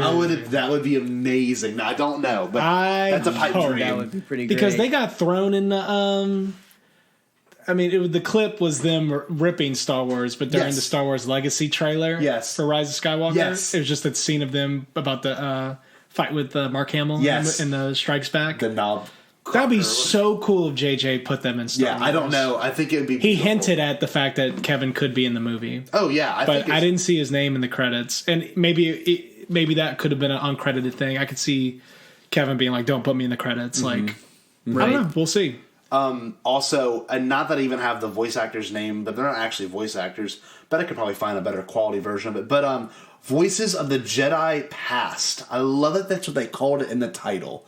In the credit, in the end credit part, Voices of Jedi's Past. Of course, we get. I'm going to read the actual Jedi's name: Anakin Skywalker, of course, Hayden Christensen. We get Luminara Undell, Unduli. Who is Luminara? I don't remember Unduli. Luminara Unduli is the one in. She's the one who she's Barriss Offee's. Oh, Barriss Offee's master, the and the one that Kanan and Ezra go to find in the first season. They're using her bones to lure Jedi, which is like, that's metal as heck, man. Yeah. We have Ahsoka Tano, which is actually one Eric heard. Like, the very first time, right? I didn't hear Ahsoka the first time, but I assume that's where her cameo was, because JJ really heavily hinted it. Yes. And her having some kind of cameo. One thing I will say is I do not mean to brag, because I had to brag to Eric that night. But I found a leak Flex, bro. Not even a leak, just a picture that was posted of the Jedi Past voices, right? And I screenshot it and sent it to Alex Damon. And I said, do you think Ahsoka's dead now? And he's like, wow, I didn't even catch that. And I'm like, wow. I'm like, I kind of just, like, saw something he didn't even see. And I'm like, I feel pretty good about myself. I don't mean to brag, but, like, that's like the first person I thought of, like, I gotta message him because I wonder if he noticed. But, Star Wars is like his job, and you showed him. So exactly. No, I love that they had. Actually, I don't love it because it didn't make any sense. Leia Secura. I guess she's one of the ones that says Rise. Like it was kind of Secura. Kind of a throwaway line. Mace Windu, Obi-Wan Kenobi was great, and they even had Ayla Secura. Sorry, just real quick. We were talking on the live stream the other night with Pete and Around the Galaxy. She also does the voice of, and I never really played Knights of the Old Republic, but she does the voice of Jennifer Hale does. Jennifer Hale. What's Bastila? Oh, okay, good to know. So that's kind of cool. A lot of people are saying that that's their headcanon is it's Bastila. Wow. But I think the point they're trying to make is like these are all the Jedi of the past, and I don't know, like was she doing a French accent or not? Because that's Ayla Secura. Ayla Secura is Twi'lek, so I don't know. I couldn't. I mean, remember. I'll tell you why that they put her in there. Why? They wanted male and female Jedi. I mean, that's true. Yeah, representation. That's the thing. It's just they like wanted to fill all it out. the Jedi we love. It would have just been are Ahsoka. Typically male Jedi, and then Ahsoka, and then like Leia. Star Wars is more so than cool that. they now, use so many it's- Clone Wars. The official voices of those characters now, because most of them didn't speak in the prequels, are the Clone Wars cartoon and that's true. I voices, totally which is forgot kinda about that. cool, They're too, very important because of Clone Wars too. So. Isn't that crazy though? But dude, and everyone's like, I gotta say it now because I'm gonna forget. Everyone's like, I like that they put the voice. I wish they would have thrown them in there. But I thought to myself, it's so much more payoff for me as a fan to have watched Clone Wars all the way through like twice than to have watched Rebels all the way through, to then hear these voices and be like, you know what, they don't need to show them. If you've seen the shows and you know the voices, I mean, it's like the fact that Kanan Jarrus was in a saga, I'm getting chills talking about it. The fact that Kanan Jarrus is now in a saga movie is so satisfying to me, because now I'm like, wow, what I spent so much time watching has given me, even if it's slight, it gave me so much payoff. The fact that they give him a whole line. It's not his rise. He literally says like 4 things, Right. Ray, this is on you now, or something like that. This is in you now. But I'm gonna keep going. Mace Windu, there was 3 I could pick out instantly, or 4 I could pick out instantly. Mace Windu Samuel L. Jackson was undeniable. Like I could hear it. Qui-Gon Jinn. you could, Especially, I didn't think he had to drop the MFer, but I mean that's cool that's his thing. So yeah, it's like the first Star Wars movie. You get a 1 in PG-13. You get 1, so there you go. It's Sam's. Obi-Wan Kenobi, of course. Ewan and Alec Guinness. I like they threw that in there. That was nice. Kind of cool to think what they could do with the series now as well. Yoda, Adi Galea. I now refresh my memory on that one. I don't remember that one at all. Adi Galea. Is it the that's the one with the things, the little plastic things. Yeah. She gets like impaled against that thing by Savage Opress, but he like headbutts her with his horns. Okay. Kanan Jarrus. There you go. That was going so deep, satisfying. Guys, we're going deep. Love seeing his name show up. And I still haven't picked out Kanan, and I've heard that he's in it. There's I'm a like YouTube so video, psyched a really to go good back and YouTube video listen. that breaks down each line and who says it. So I'm gonna forward that to you. Qui-Gon Jinn was another one at the very end. So like, you know what? My thing going into these movies is, as long as they show us something interesting or peculiar, I'm satisfied with it. What upsets me is they should have showed their faces, and I agree that would have been cool, but I'm not going to be upset about it. I'm not going to be upset at the fact that they didn't show their faces. I heard them, and I know their voices, and Yeah, that was one of the things I struggled with at first because I really, really, really wanted Hayden Christensen in this movie. And story-wise, I don't know if it would have made complete sense in the eyes of our main characters because Rey has no real connection to Anakin. And Ben doesn't even have a connection to Anakin. He thought he did. Love that. The only thing it would have done is finish out Anakin's, or, not finish, but just like a callback to Anakin being the true chosen one. And I would have screamed and hooped and hollered and done all the stuff and he showed up, especially if he was the one who, I don't know, while she's blocking the lightsabers, he like shows up behind her and starts like using the force to do something. Yeah. But I think that would have maybe like undermined Obi-Wan's like, I can't help you. Yeah. Like, I can't help you fight. That's not the Jedi way. I mean, I think that was the point. And the fact that this Force Ghost now can like control the elements or catch physical objects is cool. Yes. I'm down with it. But yeah, if they pulled like a Harry Potter and they all came and like defeated Palpatine with her, visually it would have been amazing. But I think that would have undermined a little bit of Star Wars lore and Obi-Wan's line for sure. And then this is the beautiful thing of it too, because you brought up a good point, and I only say this because it makes sense too, because it would take away from the fact that Rey is now. All of them are within her. Yeah. Maybe even helping her at that moment, too. Yeah, well, that's the thing. Maybe they were giving her, like, energy. Yeah. And that's like, the closest... She dies. Like, she literally exerts herself so much, she literally dies. Her spirit goes away. And the cool thing was, people haven't mentioned this either, the fact that she's using both the hero saber and now Leia's saber to do it, because that represents Anakin and Luke in one saber. This represents Leia. Right. And the fact that she is crossing them, going to defeat him, and, he gets, like, shredded to bits, and then he gets bolted in lightning. It was just, like, it's awesome. And then she dies. Did anyone else think that she was going to totally, like, just chop off his head? No, because then his plan would have been successful. I thought she was totally going to pull an Anakin. His plan would have been successful. He said his plan would have been successful if that was the case. Yeah. The Sith essence would have gone into her. So it was Palpatine who destroyed Palpatine, basically. Yeah. Which is what was happening to him in Revenge of the Sith. Yeah.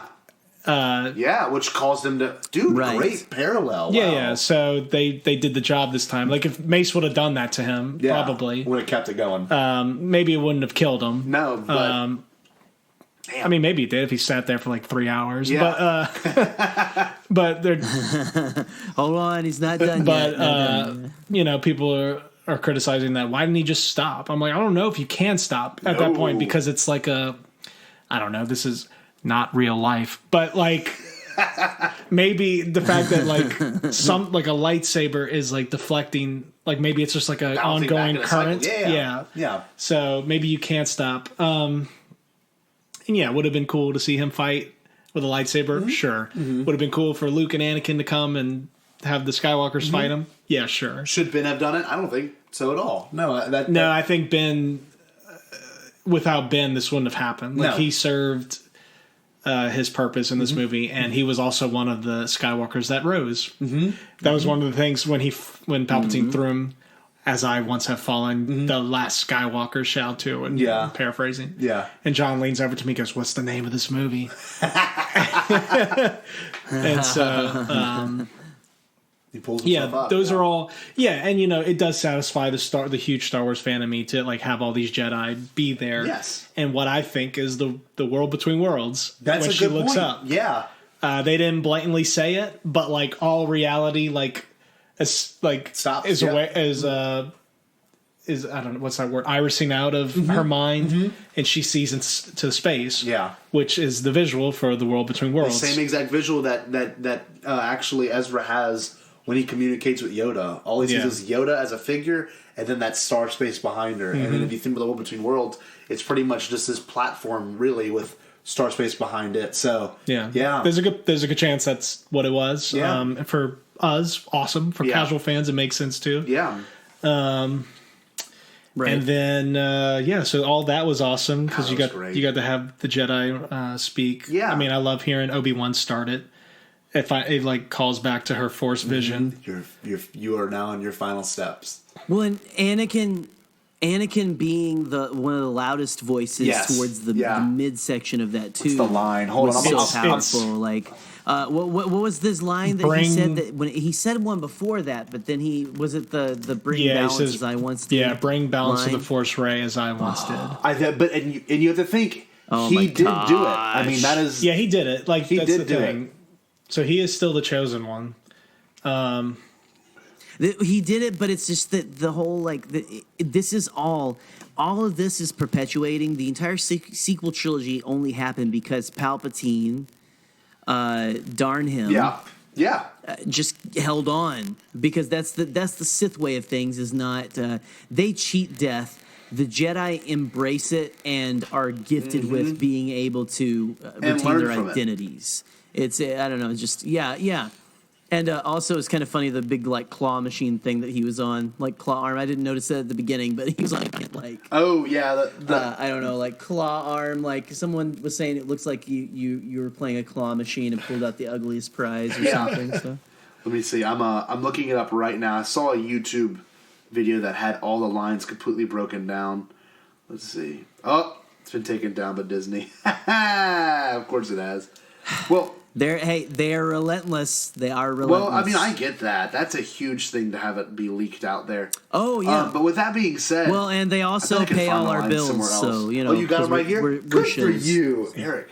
You're the best. Screenshot. Okay, well, these are the lines that were stated exactly. Obi-Wan, these are your final steps, Rey. Rise and take them. Anakin, Rey. Ahsoka, Rey. Kanan, Rey. I love those three in that order. Mm-hmm. That's a great order. And then it's Anakin. Bring back the balance, Rey, as I did. Ahsoka or Leia, they didn't know which was which. I think it might have been Ahsoka. The light. Find the light, Rey.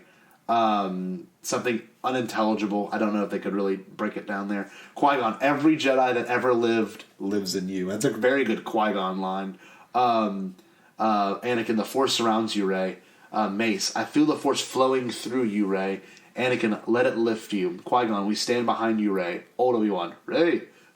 Yoda, rise in the Force, Rey. Kanan was great. In the heart of a Jedi lies their strength. Obi-Wan, rise. Qui-Gon, rise. And I think Leia even says, the Force will be with you, I think Leia. I'm not sure. Leia's got to be like one of the last ones, she's got a line. right? And then the last one's Luke. Rey, the Force will be with you always. And that's when she rises up and... I think George Lucas's voice is in there at some point. Holy going, crap. midichlorians are real. Here's your midichlorians, right? I wrote it. I had a quote from '77 that I edited, and it's not too they're bad. real. What if he said McClunky? just to ruin all of them.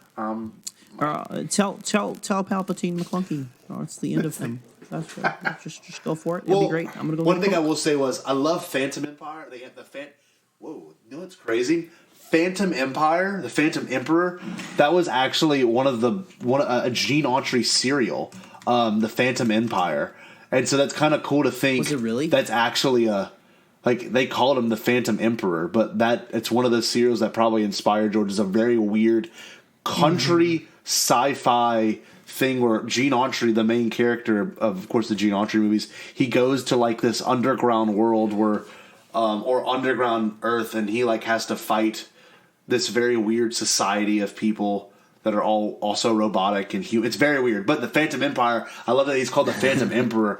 But I loved about when he takes the dyad away from them. You know, he takes that life force and he does it just for a second and his fingers grow back.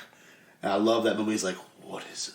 Dyad in the Force. One has not been seen for thousands of generations or whatever, 100 generations or something. So it kind of makes you think, oh, there might be a, Revan and apparently Basta. Is that who it is? I think Bastila. Yeah. Like I said, I'm not very versed in neither mine side of it, but like people were just shouting that out. But that is a good call and stuff for sure. We could definitely I don't know They're revealing things in the Skywalker saga. You reveal the big things in the Skywalker saga, which is now currently at an end. Currently, at least we have no more blood-related Skywalkers. We have Rey, who is spiritually a Skywalker. I want to talk about that too in a second. Spoilers for the end. But I know the future of this, we could go back in time. We don't know what we're going to do, but it would be cool now that all this stuff that we've introduced is going to get played with. The dyad, cool. The idea of a dyad is kind of cool because darkness rises and light to meet it. I mean, maybe Kylo was becoming stronger and stronger in the dark side of the Force that it then had to manifest in Rey, who was now then a Palpatine. That phrase is very interesting because you can kind of cross-reference all this now. It's kind of crazy. I don't know. I think it's great. Right. Well, first of all, how cool was it to hear Palpatine? It was weird and also kind of neat to hear the word Empress Palpatine. Empress Palpatine. Yeah, kind of like interesting. Like he called her Empress Palpatine. Take the throne, Empress. I was like, wow, that's interesting and cool, and also like, wow, that's so weird. But gosh, I got derailed again. Darn it, Jerry, you derailed yourself. No, I'll be out. With the part where she gets the dyad, he realizes they're a dyad, and he takes their life force away from them. And it must have taken half of their life force, but the fact that he comes back full on Revenge of the Sith look at Palpatine, and he's got like the slightly red in a nice, like, it looks like Palpatine going to prom. Yes. And stuff. He has like a nice like red shirt and stuff. He got to make a t-shirt. Maybe it was an ascot. I don't know, but it's funny. It tricked me because he had like the almost looked like button up. A nice belt, and then it was sticking out of the sleeves and stuff. I was like, he's looking sharp. He's like, I put on my Sithy best to come here and kick your butt. Look what you have created. Look what you have created. Yes. No, dude. Just the whole thing about Rey and Kylo being so powerful and stuff. Luke in Last Jedi, again, going back to how Last Jedi informs this movie. Luke says, I've only seen raw power like this once before in Ben Solo. Yeah. I didn't fear it enough then. I can't remember the exact but still, like all of that makes more sense. It's like we've been this whole time people have been complaining, why is she so powerful? No one said anything about Kylo, just FYI. But they're both, why are these people so powerful? And the answer is because this is something, the Force is answering this evil that will not go away. It's like, okay, Anakin did it for a while, but it's not. We're gonna have to pull out all the stops. We're doing a dyad. Yeah. We're doing the dyad, guys. We haven't done it in a while. We're gonna try it. Trial run. Let's see. Hopefully, he doesn't become prom night Palpatine. But then I think give me that action figure. Well, one of the better sequences after is the second all the ships get there and save the day, Palpatine comes to ruin it. Mm-hmm. And I still think, and I saw in IMAX. I didn't tell you in IMAX that the thud of the boom when he uses the Force lightning was way stronger than the AMC one, actually. Really? Way worth it, yeah. So, he does it, and it was like, it's like whenever the bass drops, Yeah. It was so good, though. It was just, I forgot. I wish it would have said unlimited power. He said something of equal, something very Palpatine like that, and he just does it. And it's just like, the lightning looked incredible. F this noise. Yes. No, I think in regards to the Rey and Kylo thing, I think TLJ is going to have new meaning because you bring up that line in particular. But I love now that whenever she looks into the Force, the dark side mirror, he's like, show me my parents. But her parents were nobody. Let's be honest. I mean, they might be the son of her father is the son of Palpatine, but that's not to say they are somebody. Palpatine could have been getting around. I mean, like that. That's a cool thing they opened up too. Like, when did he do this? Is he a clone of Palpatine? Was he, I don't know. Yeah. So I actually don't want that Disney Plus series. I don't want to like, or maybe I do, where it's like Sex in the City, but it's like Palpatine and Coruscant, like, going around like, oh, Miranda, you will never guess what happened last night. Oh, Mazamida, let me tell you about my sexcapades. It's probably it's probably just one of his infinite plans, and it just didn't work out with the generation underneath him. And then he got, somehow or another, he got the information that the granddaughter he was sidelined by Vader, and then maybe I don't know. Maybe during the original trilogy somewhere, seeing Luke or knowing about Luke and maybe trying to be like, well, maybe if I have a descendant, they'll be like extra powerful in the Force or whatever or something. That's clever. I don't know. Well, I've seen I was on I don't know if you guys caught me on out there in listener land on Around the Galaxy's post game show, but someone brought up the fact, and this is something I kind of thought too. Palpatine was all about the cloning, all that kind of stuff. Not to go to the classic Star Wars. Oh, they're a clone. Yes, but maybe he had somebody like, hey, worked for Jango and stuff. But or maybe he created he didn't get it on with anybody. Maybe he popped a baby in someone's tummy like we think he might have done. I wish that was answered. That's the only thing I kind of wish, but that's pipe. But, that was again, pipe dream level. I guess that was. But I mean, in the comics, it's alluded to. I love though that. I don't know. It's interesting. Right. I love though that we're talking about them being nobodies, and I love that Kylo did drop. He said the way he told her was like they did choose to be nobody. Yeah. Which is kind of a cool thing. You wonder. There's just so much in it. I'm really excited for a Snoke Palpatine backstory book of like kind of the whole like because I've thought ever since like this trilogy's been going and they introduced Snoke. I'm like, they're probably going to wait until everything's done. Then we're going to get like a Darth Plagueis style novel. Great. Of That's a like good book anyway. The strings like being pulled behind the scenes, which again can be argued like why not show that in the film? Which I don't know, like we can't again like I think I got upset last week when we were talking about Last Jedi where I was like we can't have a freaking funeral for every person that dies in Star Wars. We can't slow down and just go like, all right, hold on, all right, take off your hat, Han, and we're gonna have a little funeral for Akbar here. But I know in canon what I just said makes absolutely no sense. But I don't know. I love Star Wars. No, that's all. No, it's interesting because there's a lot of things that happen in this movie that are kind of overlooked and. A lot of things that now give credence to the things that are going to happen either later or, that happen in this movie. And I would love the idea of all the open end holes, like you said, with Plagueis and Palpatine, like the Snoke thing. The fact that Snoke was in a test tube, that was freaking crazy. That's the first. That was the first big spoiler they even dropped. It just they don't even say it.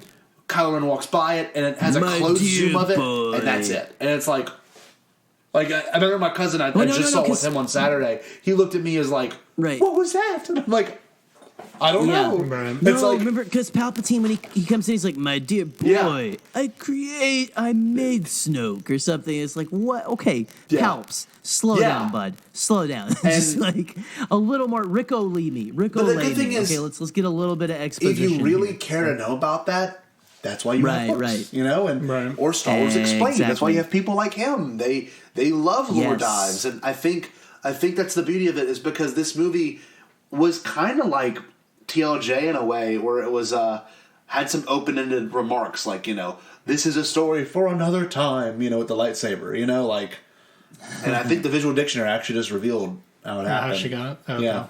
I think it literally just fell to the bottom of the thing. I have to look that up again. It ended up in her possession, which is just so big. But with that being said, that's the beauty of a Star Wars movie is they have moments like that, and I'm going back to it. Just that bounty hunter that we ran into in Ord Mantell changed my mind. Like I still wonder about that.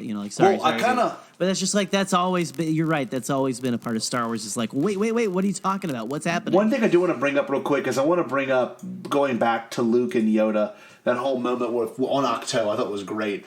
I love that she knew exactly where to go to get there. But the thing with the Octo moment, of course, a lightsaber gets caught, and they have a great interaction. But I love that he bestows. He bestows Leia's lightsaber to her, and the flashback sequence, which I want to hear your take on it because we talked about the phone, but the good Bombad people got to hear what you have to say because it's a very good point. Yeah. So first of all, Leia's lightsaber design is amazing. Oh my god, it's amazing! That's really silver, cool looking. Yeah, gold. It's like very like elegant and almost royalty like. Yes. Where like Anakin's is very like working man, a working class kind of. But it's cool, Anakin's is iconic. So let me just like talk about this scene as a whole. Mark Hamill like kills it. Oh. He is perfect in the scene. It's amazing. His hair is amazing, coming from a long-haired boy. Yeah. It's like even longer than it was in Force Awakens, but like I don't even care. Like it's just ultimate Jedi. Right. He is the Luke that everyone knows, whether you liked his arc during Last Jedi or not. He is the Luke that is at the end of it of Last Jedi, and he is the Luke of the OT. Return of the Jedi, yeah. Thank you for saying that though, because I feel like people are like really not holding on to the end of that. Yeah, they don't realize that like towards the end when he's running down to go when he like sees them like, you know, with the door closed and the cabin thing. Yeah. He's running down to tell her, like, I'm coming back to the Resistance. Yeah. Like, that's what he's doing. Like, I've been wrong this whole time when he feels his sister. Yeah. Which is a cool callback to this movie when Kylo feels his mother fading, and that's what totally gets him to turn. You know, Star Wars is a family drama. I think that's something that I said when we were talking Revenge of the Sith. But anyway. So then when he brings her into the room to get the lightsaber, we get the this movie is not Ryan, like it has no Rian Johnson look at all until you get the flashback of the two Skywalkers training. It's almost like Ryan shot it. It really is. It's got like the very similar cinematography and very different lighting. And you know, they did that on purpose so you know this is the past. And to make the CG look better. If it was a brightly lit area, it wouldn't have looked as good. The darkness around and I gotta say, the one with Mark Hamill is definitely the best I've ever seen in regards to the face recreation. Yeah. Leia's okay. But so Scott, Leia's made me think I was like immediately like it looks like a video game. Yeah. But still looked amazing. I got a picture on my phone right now looking at Leia's. Leia's is good. Well, Scott told me something about this scene as well that he should talk about. Yeah, I didn't know this, but I saw this on Twitter in regards to the whole Leia interaction and this, that apparently Billy Lord was the body double. Was that what it was? Yeah, Billy Lord's the body double for this sequence, and they put They put Leia's face over Billy Lord's face, which is amazing because like they have a very similar body structure if you look at pictures of comparing them together, especially from the time, you know? Yeah. Mark Hamill's is really good, though. But, of course, his is from, like, a low angle, and, like, the way like, they could get away, and they shadow half his face. Yeah, half his face just so, but he's got the green lightsaber, which is, like, something people want. And yep, which we haven't seen. Where is that lightsaber? Did it get destroyed? Very true. Like, did it get destroyed during the Jedi thing? I thought that's what he was going to give her at first. Like, whenever he's like, I got that something cool. That's what I thought. That would be cool, but... It's way more poetic, the fact that it's Leia, and the story they tell with it, you remember it better than I did. Because it wasn't it because she realized during her last night of training that... The end of her Jedi path ended in the death of her son. Which is so cool because it shows that she interpreted the future wrong like Anakin did. You know, like Anakin, what Leia ended up doing, you know... calling off her training might actually have ruined it for her son later down the line, which is kind of cool because that's what Anakin ended up doing. Anakin ended up acting on his vision, which then ended up causing Padme to die. So it's kind of like that Skywalkers are acting way too much on their intuition and not letting like destiny play it out or fate or that letting it fold out as it should. And it's almost like the Skywalkers are bad at making decisions or something. And like TLJ knew that. Like Rian Johnson knew that. I don't know like, what's going on. And then let's talk about the end of the scene where Scott cried like a baby because I looked with when she says, I destroyed the Wayfinder. How am I supposed to get to Exegol? And he says, you have everything you need. Mm-hmm. And then it cuts to the bird's eye view of the X-Wing in the water. And all of a sudden, you start to hear the shaking of it, and dude, I was sobbing. You cut to Mark Hamill just standing there with one hand, eyes closed, and like smirking, and like he had concentrated. And then by the end of it, he smiles. Full ones, and we haven't seen Luke smile like that. I don't think ever in Star Wars. I don't think he has like a scene where he smiles. Gotcha. Maybe at the end of Return of the Jedi, but like. He's like grinning, and he's like, "I did it," and like, I'm getting just talking about how that's when it also was like, man, this is my favorite for this reason because like, I love the Yoda moment, I do, and I think they're playing his theme, right? Yes, they're playing Yoda's theme. Yeah, they could have easily done the Force theme, and it would have been cool, but the fact that they throw in Yoda's theme, and it's like, just shows how full circle that character's become. He's so strong that not even that he's that strong. It's just like. You can do that. Like, he can do this. Like, I've overcome this. I did understand the Force, but now you will understand it in your time of need, too. And the fact that Ryan set up the X-Wing there, that gives really good... TLJ needed to be seen because there's only that one shot where you see the X-Wing in the water. That's it. Right. Well, and gosh, I've had to do my own little, like, Star Wars counseling with this. You guys are going to, like, look, I'm usually like Mr. Like, I like Jedi Rocks and all that stuff and all that. And I've had to do my own Star Wars counseling because darn me, Luke took one of the S foils off and used it for his door. Yeah.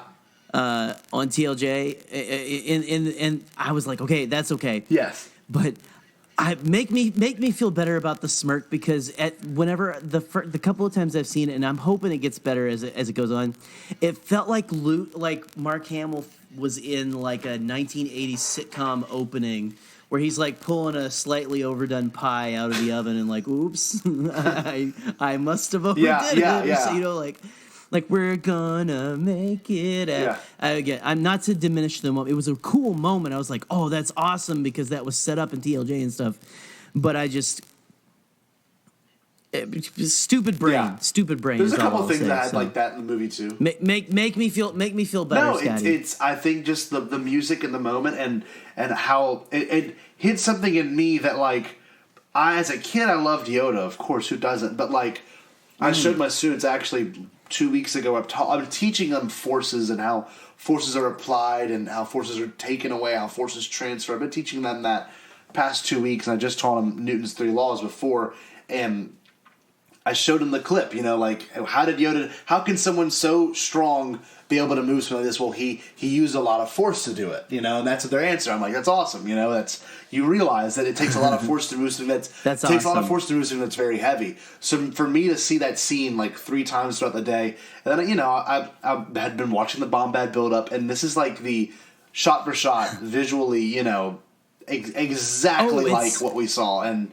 Rey's disbelief. It's a beautiful moment. And Luke's satisfaction. And then what comes next, like I said earlier, I love that Dio, the fact that R2 is like, wait, Red 5 is on, this makes no sense. And even R2's like, his data bank sometimes gets messed with his logic board or something like that, His data bank gets messed up with his logic board, his storage bank. And it's like, no, he really is, that's Red 5, that's Luke. That's Luke's X-Wing. It's like, it's so cool. Well, see, I loved all of that. So that was completely necessary. I love that. I love that about that. And so, I think what I need to, and again, it doesn't bother me as much now, but I just like something that I've really held on to. And so I'm going to, like I always say, be one with the Force is with me, and let it go and realize that this is fake and in space. Yeah, I get that. And that it's okay. So. But no, I love that. I love that though, and I love that you like. That's such a. It is such a great like parallel for Luke's journey. It's a great like bow. Yeah. On Luke's arc. That like that's a big thing for him. That's a big thing in Empire Strikes Back, and then. Boom! There it is. So thank you. You did make me feel better. So you're very. No, I think it's just because it looks like he's like stifling a laugh, and so like, my first couple of showings, I'm like, "What are you trying to do, Mark? What's going? What are you hiding? Yeah. What are you hiding behind those playful eyes of yours, buddy? Come on." Anyway, I digress. Can I just say something cool about this movie that I'm not very like present on the Twitterverse, but this is the first sequel movie where we get the big 3. At least one really good scene with the big 3. Mm-hmm. And like the one scene that kept making my eyes water was, "Hey kid." Oh. And then Kylo turning around. Oh my gosh. Like, yeah, it's weird for Star Wars that like he's like visually seeing a memory. Mm-hmm. My hope is that canon goes back and they say that Leia was the one who was conjuring that memory for him. Mm-hmm. And then it's just so beautiful that Kylo gets a literal second chance to go through, and they almost shoot it exactly the same. Yeah. But instead of being inside of Starkiller Base, you're on the outskirts of that's beautiful, of the Death Star, which is destroyed. The second Death Star. Yeah, because of a redemption arc. And you're sitting there and you're watching Kylo say, "Eric, I know I have the strength to do it. I know what I have to do, but I don't know if the strength to do it." Mm-hmm. And he says, "You do." Oh man, that like got me. So that was the part that really got me. Was like the part that kept getting me though was just him saying, "Dad," and like his face is shaking, and then also it just cuts to Han. And he goes, "I know." Like, such a great use. He could have definitely, and like Adam Driver's a good enough actor to have pulled off a "I'm sorry, I've always loved you," or I didn't mean Yeah, like it was too perfect. That entire scene is absolutely flawless. Yeah, it is. And he's been haunted by this the whole time. It's Ray beautiful. has said it in the Made beginning. it very clear. You've been haunted by what you've done to your father. Yep. And TLJ, she says that. Why would you do that to him? And Luke and TLJ, strike me down in anger. I'll be So that'll get me probably every time I watch it. And he turns around. Dude, I'm gonna be honest. For a second, I was like, "Please don't turn it on again and like ruin the memory." like the memory just fades. Yeah. But after the dad I know, he just turns around and chucks it. Uh-huh. And then he turns around almost with like a smile. Yeah, and then like see him again. and then it fades when like it goes away. And like my explanation of why this is so meaningful to me is just like every male. Like I don't care if you have the greatest relationship with your father. Like at some point in your life. You hated him. Yeah. Like, even if it was for, like, 20 minutes. Yeah. You were just, like... Because, I don't know, if it's, like, this, like, caveman instinct we have inside of us. But, like, especially when you hit adolescence and you're, like, growing up, you're just like... Well, I don't want to, like... Yeah. I never want to be like you and, like... Blah, blah, blah, blah. Right, And, some absolutely. people are in such... And not just men, but, like, the fact that, like, as a male... Yeah. I can identify with, too. like, this bit right here. Being, like, sometimes it's hard... Yeah. For guys, like that's why there's like a stigma. Like guys always have a tougher time telling each other they love each other or something. Just because you have like all this testosterone. Yeah. But this scene breaking down, Yeah. it's like literally one word, him just saying "dad," and I'm just like, bro. Yeah. And I'm sitting next to my dad while I'm watching this the first time. I'm like, Oh man, that had to be such a. How was that? That had to be such like a profound experience though, like watching that with your dad, because that is like.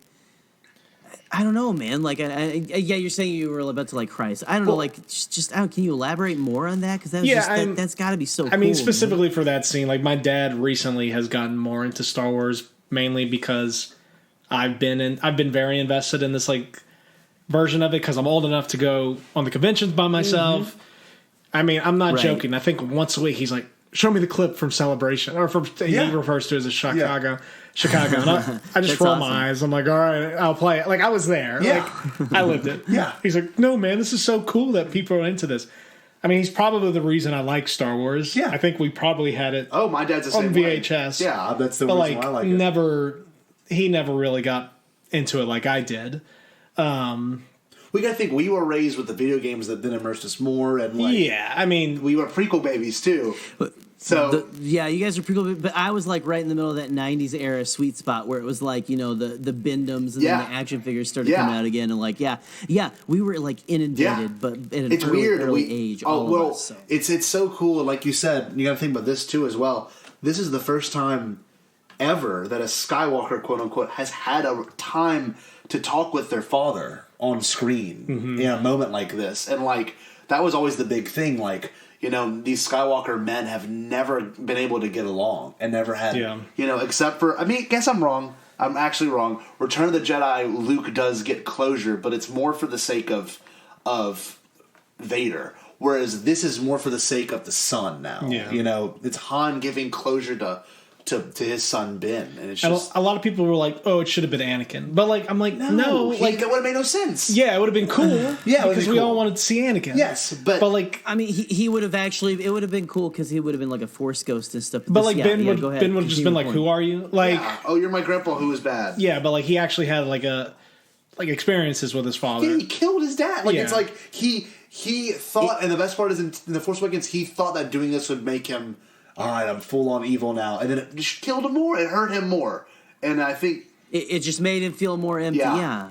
Kylo has never been truly. After the Last Jedi, we're like, all right, well, he's the big bad now. Yeah, but this movie proves that he has always been struggling with the call to the light, and all it took was family and stuff to bring you back, which is the whole point of this whole thing. Yes, and also, one thing that we've now learned, not only is family bringing you back, but denouncing your family when you know it's not right is also a thing. And I think I want to get into that now that we kind of worked our way to it. But the idea of the last name, it's like the fact that a Palpatine and a Skywalker have been at odds ends this whole sequel trilogy is very tastefully done. And it kind of gives you a different perspective on sequences that happened in these movies prior. But also, the idea of Rey then denouncing her family name is so awesome because she was longing for this name this entire time. And not only does she doesn't take on the name of Solo, which is really awesome. She takes on the name of Skywalker, you know? She takes on the name of the people that trained her, which is both Luke and Leia. And the legacy that established through them that there is a chance for redemption. And one thing I thought was very cool was the Skywalkers, I saw this on Twitter and it kind of blew my mind. The Skywalkers are selfish by nature in their own regard, but the Solos, Han and Ben, are both pretty selfless people, right? You know, they sacrifice themselves in a lot of situations, which, you know, we see Ben do, but we also see Han do it in Solo, you know, Star Wars story. And, like, the fact that Rey has been, you know, part of her life forces from Ben now is kind of... Not only does she have the life force of a Skywalker in her, but it's also life forces of a Solo, too. And she's been around all these people, and her denouncing her name in front of Palpatine was amazing. It just shows that, like, regardless of where Rey came from, she still is not what she always wanted, which was to belong to a family. And right. She had a part in the story. Yes, she but did. It was the part you'd never want to have. No. You don't. Nobody wants to be the Hitler. No. The space Hitler. You know, like, it's not a good one to have, right? So it's just, so brilliant. I know a lot of people were, like, upset with the the quote-unquote overturning of Rey Nobody. Yeah. She comes like how a no one... You don't have to come from greatness to be great. But I think that's still a powerful message in The Last Jedi. You can still take that movie and take that as a lesson you can grab from that movie. Just because this movie reveals something else about the character doesn't negate what that movie said. Mm-mm. That's 100% true.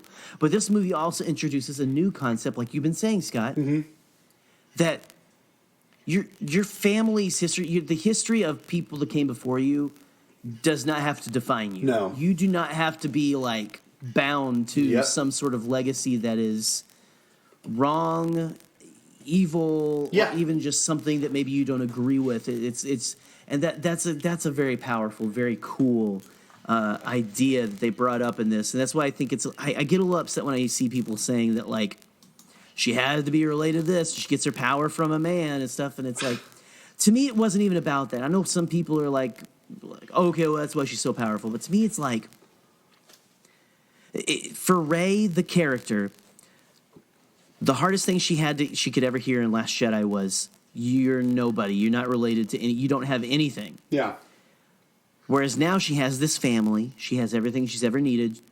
She still feels empty, and she finds out, no, you know what? Your legacy is actually, you're like a plague on the galaxy. Yeah.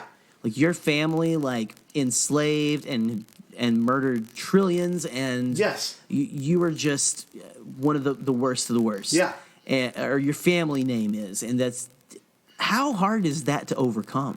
I couldn't imagine, you know, and it's staggering. Well, like, this is kind of where it gets into it, and of course, the ending of this movie is amazing. I kind of want to get back to Ben's stuff in a little bit, but like the idea of, you know, when the lady, and of course they ended on Tatooine. That was another moment that was kind of neat, dude. And I looked over to my stepdad when we saw it, because I saw it with my stepdad on what day was it? Yesterday, Saturday, and he had full on tears in his eyes, and I started crying too. Was whenever he, my stepdad's like a football coach. Like, this is the kind of guy, like, he's a head football coach. He's like, he's a tough dude, and he gets emotional at Marvel movies because that's what he grew up with, and he loves Star Wars movies. But the fact that they ended on the, you know, and I don't know if he even liked the character of Rey, but the fact that she was like Rey Skywalker, and then they look to the twin sons. I'm gonna start tearing up about it now. It's just like it's so good, and the fact that she buries the lightsabers of the people who trained her so deep into the ground, and Eric and I talked about this too last night on the phone, but that idea of Shmi also being there, her body is also there, and at this homestead where the Skywalker's legacy is, and when she buries the lightsabers, it's almost kind of cool to think, like, if Ryan ever did do the movie that could be taking place in the future, they could stumble upon these two lightsabers in a sequence where it's like, you know, it could be, I don't know, it could be very well done in regards to what they could do with future stories as well. And Rey Skywalker's awesome, and she's not taking it on because she has to. It's because that she denounces the name of evil. The Skywalkers are triumphant. inevitably. Right. And I love it. Rey who? It's awesome. That whole sequence is amazing. Yeah, I mean, just think logistically as well what it does. When Force Awakens came out, we were all like, "Who is she? Is she a Solo?" Which I was like, "No." I had a couple friends who like really thought so. Right. And honestly, if you just watch Force Awakens alone, there is like some credence to be had there, just like from things that people say and then how they look at Rey. Yeah. And blah blah blah blah. People wanted her to be a Skywalker. But I'm like, Luke wouldn't have had kids because he would have studied the Jedi lore. He would have learned that that's like not part of the game. Yeah. So you get to do this thing where she's nobody. She has a legacy past, and she's a Skywalker, but not really. She that's awesome. She adopts herself, or she adopts the name Skywalker. God, it's awesome. And I don't know. I think the point of that was to make everybody who was thinking these things by Force Awakens feel something. Yes. And like people are feeling things, whether that's good or bad. But like, people are like, well, she should have just taken the Palpatine name and like turned it good. I'm like, would you Jared just said, would you keep the last name Hitler if you didn't believe in that stuff? I'm bringing it back. Here we go. Like I'm gonna bring it back to glory. No, like you don't just. I don't know because like Palpatine didn't hide his name. Like Vader didn't say like I'm Anakin Skywalker. So that situation wasn't there. But it's cool. This movie's called Rise of Skywalker. Like it's just it's so front. It's one of those things. Also, all these movies have had like double and triple entendres for like what they're about. And this movie, so good again, and all coming from one sentence, which is pretty cool. We talked about that last time. Yeah, we did. But anyway, no, I thought it was a cool way to end on the legacy planet Tatooine. The sun's looking like BB-8 for a second. That was cool. Which is just like your one like physical representation of the new sequels of the new trilogy. Yeah. And and then Luke and Leia watching over her for a second. I think that's the part that got me more emotional was like they approved it, I guess, in its own weird way. Yeah. You can be a Skywalker too. It's like they were there during her like signing or something. Yeah, pretty much. Yeah. And the fact that Daisy really did it so well. Like that whole scene's so good, and like BB-8's it's cool because it's the torch has now been fully passed, and I think they even mentioned it way back in 14 or 15 that this is going to be the saga that passes the torch to the new generation, and with this it finally happened. That scene in particular, it's like it's done. She starts up the new lightsaber and it's gold. It's just like, damn, they did it so right. Oh yeah, and the fact that it's like part of her staff. Which like we all thought like she's going to do a double blade. I don't think it's double bladed. You've watched it more than me. It's not. It's not. It's single bladed. Well, and it's like this tall too. Yeah, it's small. It's actually very small. It's not a full staff. Yeah, she like took out the middle part. You know what I noticed though? Yeah. I didn't mention this.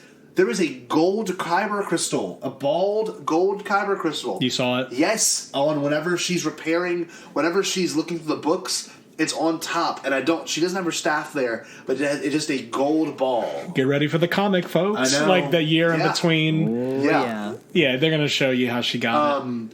One thing I want to get into, because we're going to be closing out this discussion fairly soon, bring up the force healing introduction. I know you want to talk about that, Jerry. What did you want to bring up about that?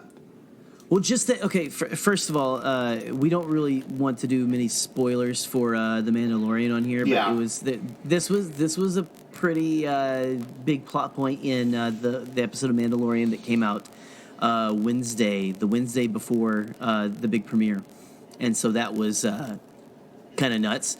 And then you have Rey in there. What was it? The first instance is when they're on Pisana. They fall into those tunnels, right? The snakes. And they run into the snake, and the snake is hurt. Mm-hmm. And she goes and she like puts her hand on it and heals it, and it's almost like the same exact like scar pattern. On the Resistance broadcast, it kind of talked about how it looks the same as like what's on Grief Karga's arm that Baby Yoda heals. 3 cuts, kind of. But what you have with Rey healing the snake, I never really put this together until I was scrolling Twitter today. Just kind of, like, I was just, poking through the dumpster fire to see if there were some good pieces of refuse to pull out and save, maybe hang on my wall. Yeah. And this was brilliant. Someone said, how is no one talking about the fact that Rey in Last Jedi, another connection to Last Jedi, calls Kylo a murderous snake. Ooh. And in this movie, we have her healing a snake, a murderous snake. That's wild. Foreshadowing what she's going to do later. I mean, it was foreshadowing because it's like, oh, look, she's got a Force heal now. Yeah. Force heal's a thing. But also just thematically, like, I'm going to show kindness to this beast, essentially cold-blooded killer. Yeah. That's beautiful. It is kind of awesome because, and this is also another thing too. She could have learned this from the books, but this also could have been something that the dogmatic Jedi forgot about. If little man can do it and go Force heal Grief Karga, then little man can do it, and he's not doing it out of intelligence. He's doing it simply because he wants to heal him, and he tries doing it to the Mando in Episode 2. Mm-hmm. Right. So it's and one thing I did notice, about Rey and her healing of snakes and stuff. This is what is this, a Harry Potter movie? Yeah, I know, but no, you've got Rey when she. Okay, let's skip to when she heals Ben. Finally, we have that moment where Leia comes in and stops Ben from killing Rey. Yep. Where Rey takes that as her opportunity and almost kills Kylo, and then realizes what she's done. Here's Leia, and then blah blah blah. She heals him. I have not noticed in either one of my showings. Again, I've only seen it twice. I know what you're gonna say. They brought it up on Force Center. I've heard it brought up a few more times. When she heals him afterwards, he doesn't even have the scar that she gave him in Force Awakens. My mom noticed that the first viewing, and I'm like, goes Mom, away. How did you notice that? Because I didn't even notice that. Well, how deep is that, too? I know. How much symbolism is in all of the healing? You got the healing of the snake first. Then when she finally heals this person who's been... They're connected, yet they've been like so at odds throughout this entire trilogy. For no reason, too. To think that like now she's like, it's almost like I'm taking it all back. I'm sorry for all the hurt I've caused. That's good. There's something so beautiful and powerful in that is just I'm getting chills just thinking about it. I cannot wait to go see this again. I'm like I don't know. I'm like, can we put it on digital yet? Disney Plus, can you like do something for me? I'm like dying here. I watched that same scene of Kylo Ren and all them like telling Bulio bye like 50 times. Yeah. Well, it'll be like out in February, huh? Like you think February, March? February, March. Yeah, it'll probably be on Disney Plus before. But then we'll all be in Clone Wars and stuff, Oh my God, Clone Wars, same time. And apparently Dave, all three of us are going to be in a Clone Wars days. Oh man, Lord, we have to do a rewatch. Dude, straight up, I'm sorry to cut in, but like I've seen it twice and I have not noticed the scar. Dude, I heard it today. I still haven't noticed. I was like, oh my goodness. Yeah, the fact that she heals the original wound that she gave him. Mm-hmm. My mom noticed it the first viewing. How huge is that? My goodness. Oh, I'm sorry, we couldn't hear you. I was just saying, how huge is that? That blows my mind. It's just, I don't know. There's just so many implications. Again. There's so many things in this that you can do an episode unto itself. Yeah, and the best part is this is just the discussion afterwards. But there's gonna be some more themes thematically that come back, and we realize later too. Now to kind of get towards the end, the idea of Ben Diption, the way it was executed, I don't think they couldn't have done it better. Just the Han being the kind of the way that leads him in, and just I loved it. I loved it, and I didn't know if I wanted him to be redeemed. I thought it'd be cool if they did something different. They didn't redeem the bad guy, but damn it, they did it right. They did it so well. Well, and it had, like we were saying earlier, it had to be Han because there was a big section of the fandom who were like, "I'm not going to forgive him because he killed Han Solo." And if Han could forgive which him, I was one. Yeah, it's like if freaking gruff Han Solo. Biblical. Yeah, man, gosh, that scene I think that is my favorite scene. Like that's the Luke on Crate talking to Ben scene for me. Yeah, in TLJ, ultimately it's the continuation of that, isn't it? Because of the whole like, if you strike me down in anger, I'll be with you, always be with you, just like your father. Just like your father. Damn, that line does have more weight now.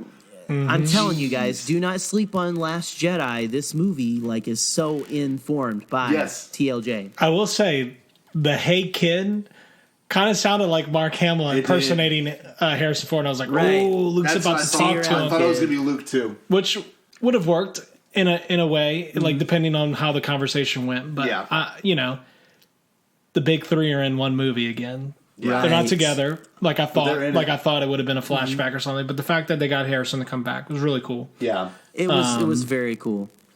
But yeah, what if this had been exactly what everyone thought after TLJ when Luke was see you around, kid? And we all thought, he's just gonna haunt him further. No, but that's not the Jedi way in the next movie and stuff. So we essentially thought that the Rise of Skywalker was going to be a remake of The Ghost and Mr. Chicken or something. What?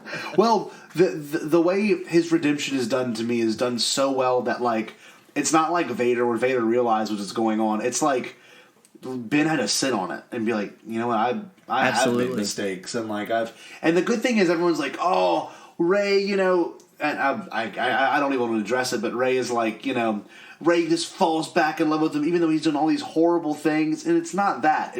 That's where the character gets lost, is where everyone tends to forget about Ben as a character.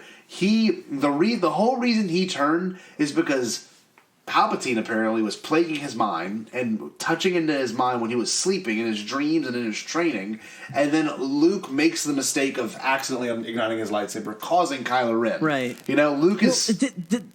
The entire sequel trilogy is the fault of Palpatine. Yes. It's Palpatine's master plan to get revenge on the Skywalkers. Yes. He makes their life a living hell. Yes. Because he hates them. He got frickin' thrown down a shaft. Yeah. By Daddy Skywalker. Yeah. I mean, come on. This entire trilogy is tied together. Yeah. Because Palpatine, this doesn't happen if Palpatine's not up. I'm a little pissed off at you guys for throwing me down a shaft. Yeah, okay? yeah. Come on.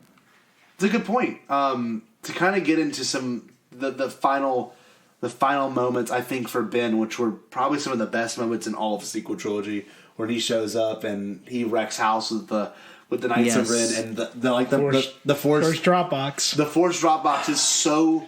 So good. It's earned. So much payoff from TLJ, but it also is not only that. It's just it was set up through the whole movie so well, and then it's just she will strike me down, and whatever. It's just kind of like Snoke's moment, but it's opposite. Yeah. Ooh. Just the way it goes behind Rey's head. And then it's so cool. Comes up like this. So good. And good. I pointed this out to a few friends. Scott picked up on it after we talked about it, but just the fact he pulls out the lightsaber and then kind of does the Han Solo shrug. Right before he just wrecks Sham. Oh, it's so good. It's you're gonna die now. Yeah. And by the way, this is kind of related, unrelated, but this movie brought back using the Force while jumping. Yeah. And it's all over the place. But I think the most epic one is in this sequence where he kind of does this weird fly over one of them, and it just lands behind one of the knights and stabs him behind his back. Yeah.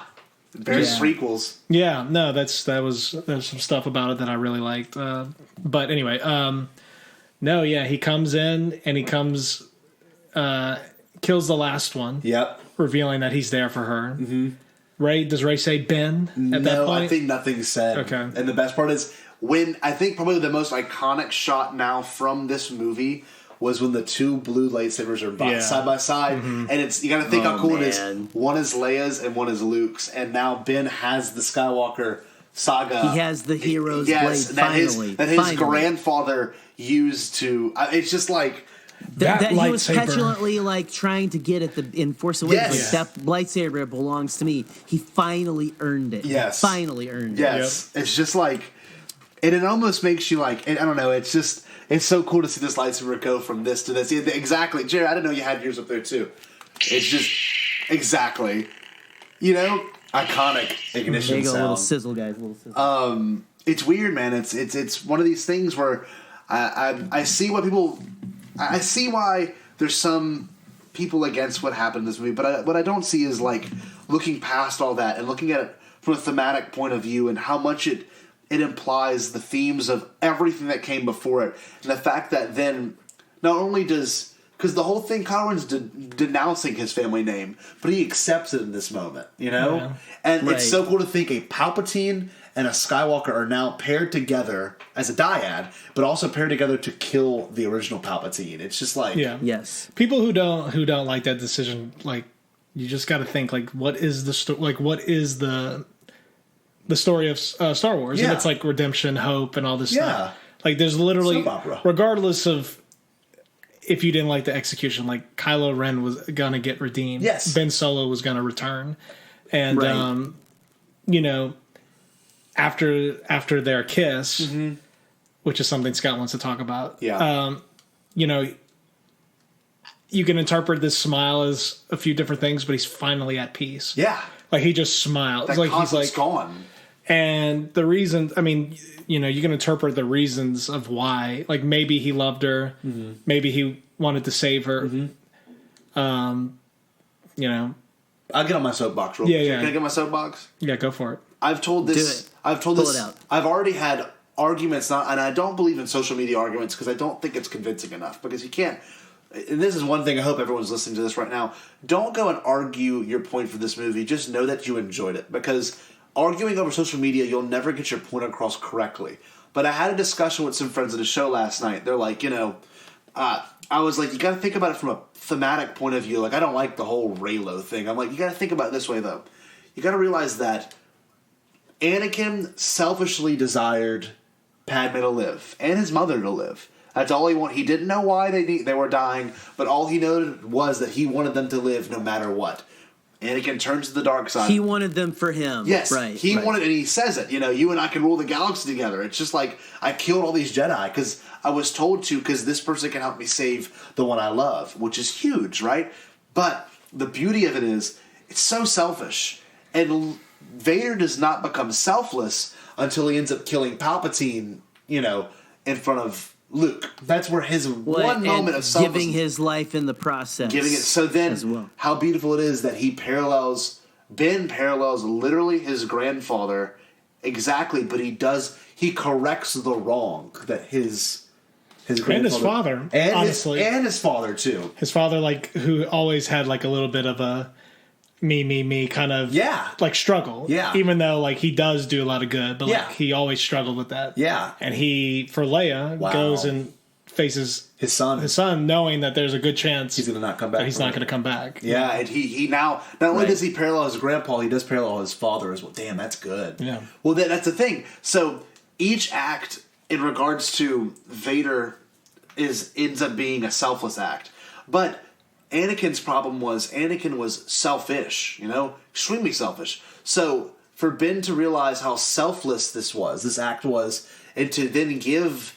his life force to Rey, and not only give the final bit of his life force, but Leia's life force apparently too, because when Leia faded, Ben faded, which was... Or it was reverse. Oh, reverse. When Ben faded, then Leia faded. And it's amazing.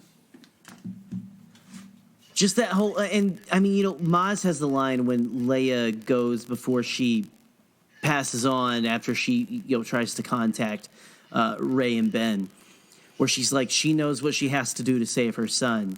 Yeah, and it's just such a beautiful moment of she wasn't going to leave. Like she tied her fate to Ben. Yes. And it was that, again, like you were saying, she misread her the vision of the future. Yep. Where her the end of her path, her Jedi path was the death of her son. Yes, and it's like it is that, but it's not how you think it is. Right. So well done. And I love like what you're saying, just the whole like Anakin, all he ever wanted to do was to keep his people there with him. Yep. Because he wanted them to be with him. Yes. Ben was like, I love you and I would rather you keep going than me. Like I will give my life for yours. Yep. Ultimate selflessness. Yeah, and the fact that she can then continue the Jedi legacy through the life force of Ben as well. He gave, and that might be something that might show up later too, because not only did he didn't give just a little bit of the life force, he gave all of his life force to keep her alive and keep her coming back. She was dead, man. Yeah. I mean, like you look at like it was like someone was saying on a podcast I've listened to since we record before we recorded. Kids are gonna see dead Rey. Yeah, like dead. Yeah, like a dead limp body. Yeah, floppy dead Rey. Yeah. He like picks her up. And stuff. It's intense. I mean, it's heartbreaking. I love that he looks around too, and there's no one else to help him. Like this is. And the best part is this is all because of Ben's mistakes too, if you think about it as well. Because Ben, if he had only kind of maybe taken Rey on and not such a dark side way, they could have already defeated Palpatine. There could have been a whole different story if he hadn't been so hell bent on being bad, you know. But right. With that being said, this is where the movie comes to a really great close with the kiss of life. Because it's not, I don't think it's just a kiss. And it might be a passionate kiss, but you point out, Rey goes for the kiss. You know, Rey leans into it and kind of initiates it. And but they hold it for a while. That's and they do hold it, yeah. That's why I think it is him, like, giving up everything at that point. All of it, yeah. Yeah. And his death is so poetically done, and he fades. And then, he just smiles at her one last time and just flops. Yep. How do y'all feel about this interpretation with, like, the hand on her stomach? People are like, did he impregnate her? No. That could be interesting. You were talking about in TLJ how Luke walked out of a vagina. So yeah, that's true. How Luke did walk out of a vagina. I did bring that up. It's true though. I did. No, I did say that because like it's the rebirth. Because you were making a very good serious point. Visually it makes sense. But unfortunately, my Mon Cala sperm opera was not correct. Like I had predicted from a while back. I don't know. I think there's some credence to that. But there's a little bit. What I've seen the most of is like people being very, and look, I'm not going to say it's unwarranted. People were very taken aback by the fact that Ben did in fact pass away. Yeah. And I don't want to like say you're wrong. Your opinion is valid. No. Like hey, we all go to Star Wars in different ways. Just again, as long as you're not treating people bad or calling them, you're not Star Wars fans if you think it's okay. But I will say this. What I love about it is, again, like you were saying, the selflessness, but also I'm always one who like brings up like scriptures that I think are kind of relevant to Star Wars and stuff. I went to school for biblical studies, guys, so I know a little bit about it sometimes. But there's a verse. And it talks about how there's no greater love than this, that for someone to give up their life for a friend and stuff, for you to give your life for a friend, or someone you love. There's no greater love than that. So in the end, Ben Solo's love for Rey was so much that he was like, he died. He gave it up. So I understand people having criticisms about it, but I just think that, to me, and from my background and perspective, that's the ultimate form of love, rather than them having a happily ever after going off. Now he gets to be with his family, and the Skywalkers fade into legend, even more legendary status than they ever were, because we don't have any blood Skywalkers anymore. But anyway, I'm going off on a tangent. No. One of the biggest things too, like you said, biblically, the idea of Christ gave all of his he gave himself to the world sacrificially, and the only Son of God sacrificed himself for the sins of others. With that being said, it's like it's almost been kind of making up for what Anakin did, the mistakes Anakin had made, and the mistakes that his forefathers and the people that came before him had made, and even this mistake Palpatine could have made whenever he made Anakin, possibly, or the mistake Palpatine made whenever it's just like forgiveness is something that often gets not overlooked. Redemption's one thing, but forgiveness is another, and to forgive is just as strong as to love. So absolutely. Well, and in doing so, ultimately, do we think that Ben Solo is the one to bring balance? Fully bring balance? I don't know. In that, I mean, he gave his life force into Rey and stuff. He, I don't know, like, did he fulfill finally what do you the think? rest of it? I gotta know. Eric. Yeah. We want to know. I have no idea. That's definitely an interesting way to look at it. I think Rey is the one who brings balance to the Force in terms of Star Wars, but she couldn't have done it without Ben. Oh, the other dyad, the other half of her, the dark. Yeah, and like light. That's damn. That's one of the things. Like Kylo Ren is like probably the best character in the sequel trilogy, and that the fact that in Last Jedi they are like, in my opinion, the co-leads. Yeah, like it's both Dual of their movies. Yeah, it's both of their movies. Right. So, in a sense, like maybe he is the one who also. I don't know. That's a nice thing about this. I think now that you're saying this, I lean towards both of them because you got the light and the dark, and I've never been one for like you have to have both light and dark for it to be balanced. But that's very interesting. It is. Yeah, I mean, I don't know. That's something that I think will be explored in the future. There's probably going to be a novel coming out next week, or something, right? Like the official novel. Oh, I don't know. When is the official novel dropping? That might be actually more February or March-ish. Okay. Last Jedi's novelization didn't come out until it was like a month March. until they released it. It was like a month almost before they released it on VOD and Blu-ray. Gotcha. I think this was an amazing discussion. I can't wait to hear the feedback from our fans listening to our first comeback after the Bombad build-up. But I do want to get to one thing.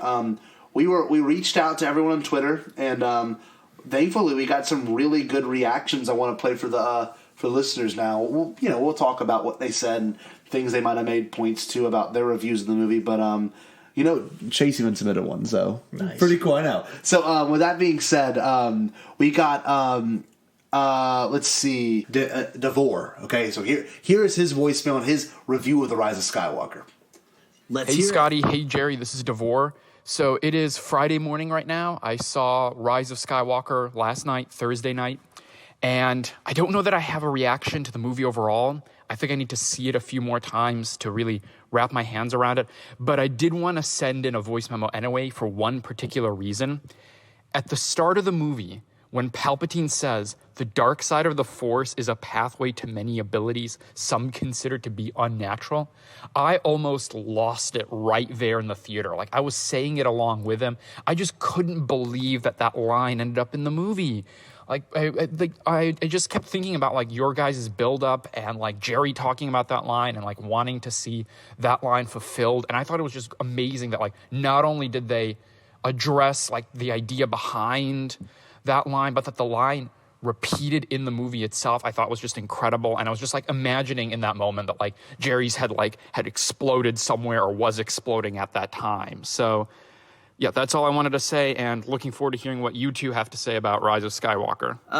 You are very correct, Divorce, sir. My head exploded like 50 times. Like the entire opening of the movie, like my head was but as soon as he dropped that line, I'm like elbowing my buddy who came to the movie with me and be like, I leaned over and like I couldn't really say anything, but like after the movie, like we're walking out and like I'm trying not to say anything spoilery for the people around us, who are outside waiting to go in. But I was like, so that a lot of that Palpatine stuff I kind of called. Yeah. And I was so geeked. It was awesome. But like that's so awesome that you were thinking about that too, man. That makes me feel so good. Well, one thing I want to say too, because a very similar thing happened. Eric was at my house the night before, and we were rewatching the Palpatine scenes together Wednesday night, and they said the line. I'm like, dude, I said Jerry's got this big thing right now where he's convinced that this line's going to show back up in the movie, and if it does, it's going to be amazing. And literally, he says it, and this was the first moment you and I looked at each other in the theater. Oh, yeah. Because we leaned completely forward. We're like, what? Dude, Jerry, I'm wondering if they literally just copied and pasted it from like his speech in Revenge of the Sith. It sounds just like it. And just added some like, I don't know. vocal stuff. Like reverb or something. Yeah. I don't know, man. Like, because I'm gonna have to go again. Eric, we're gonna have to like meet up or like get an app or something and watch the movie together or something and just like like really like dig into that because I do not know, but I was floored. I couldn't believe it. Like I knew, like I was like, I think this is a way they could take it. Never did I ever think they would actually like repeat that line in the movie. So I was just like, I might as well have been like upside down on the floor. Yeah, pretty like, much on my head, my feet up in the ground, like I was dead. But no, thank you so much, DeVore, for sending that in, man. I'm glad someone was thinking about me during the Rise of Skywalker. My twisted soul needs all the thoughts it could possibly get. Okay, well, our next one's going to be from Seth Parnell. I will say Seth Parnell is a good friend of mine. I actually went to college with Seth Parnell. Okay, well, very good friend. So let's hear this reaction real quick. Hey, Bombadcast, this is Seth, and what a great movie we just watched. I thought it was fantastic. They did a really great job from start to finish in concluding this series. It had to me, it had a great sense of finality to it. I mean, things had escalated, to this point to where somebody had to win, whether it was the light side or the dark side. With the fleet, everything having a Death Star weapon on them, somebody had to come out, victorious. And so it had a great sense of finality to it, but it also had some good, lighthearted moments as well. I think Finn and Poe and Rey and they all had some great chemistry. Had some good, lighthearted moments, which I enjoyed. Poe was able to. He kind of shined in this movie. He was in there a lot and did a lot of good things. I really liked the new character Zori. I really enjoyed the scenes that she was in.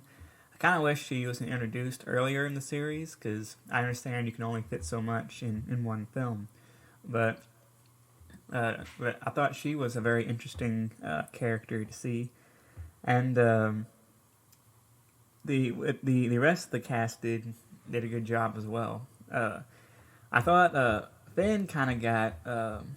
He kind of got pushed to the back burner a little bit. We didn't really learn anything new about him, but of course he was always kind of in the supporting cast as he went along and trying to protect Rey. It seems like was his main goal, and I was disappointed in the fact that him and Rose don't seem to be together anymore. And whatever happened between this and The Last Jedi, it seems like they were. They broke up or something. I thought that was one of the few really good things that came out of The Last Jedi was their relationship. But but still he was able to come out on top with the Resistance. And the ending was kind of bittersweet. It was not a happily ever after, as I kind of hoped, with Ben not making it. I thought the symbolism would have been cool to, when I learned that Rey was a Palpatine. If you had the Solo and Skywalker and Palpatine, bloodlines all come together and be represented in that one couple, if Rey and Kylo were together. And that kind of be symbolic of the peace that existed in between now that the evil had been overcome. But of course Ben didn't make it, and Rey ends up going back to a desert planet and living by herself, which is where she started. But the one scene, the Be With Me scene where she's drawing on the power of all the past Jedi, that was something that was really special, really incredible. You get to hear Mace Windu and Yoda and Anakin and Qui-Gon. I thought that was really cool how they did that. Really, really special. Just overall, I think that this was they did a very good job with this movie. I got chills, several times throughout the movie when they finally told us. Whose Rey's parents were, or more importantly, who her grandfather is. During the final battle, that was very, very emotional time. When Leia, when she passed away, that was a very big moment, as well. And so as a Star Wars fan, I really enjoyed this movie. I think it puts a bow on it, puts a good finish, good conclusion to what is a pretty good series. And so I'd just like to say I really enjoy this movie.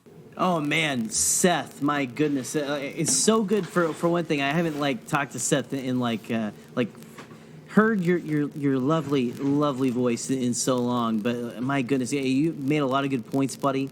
I was really geeked whenever I saw that Seth sent one in. Again, me and Seth have known each other for a long time down south, and so it's really cool. Really, really awesome thoughts, man. I'm glad you enjoyed it, and we're gonna be, man. We are, as a fandom, we're gonna be talking about this movie.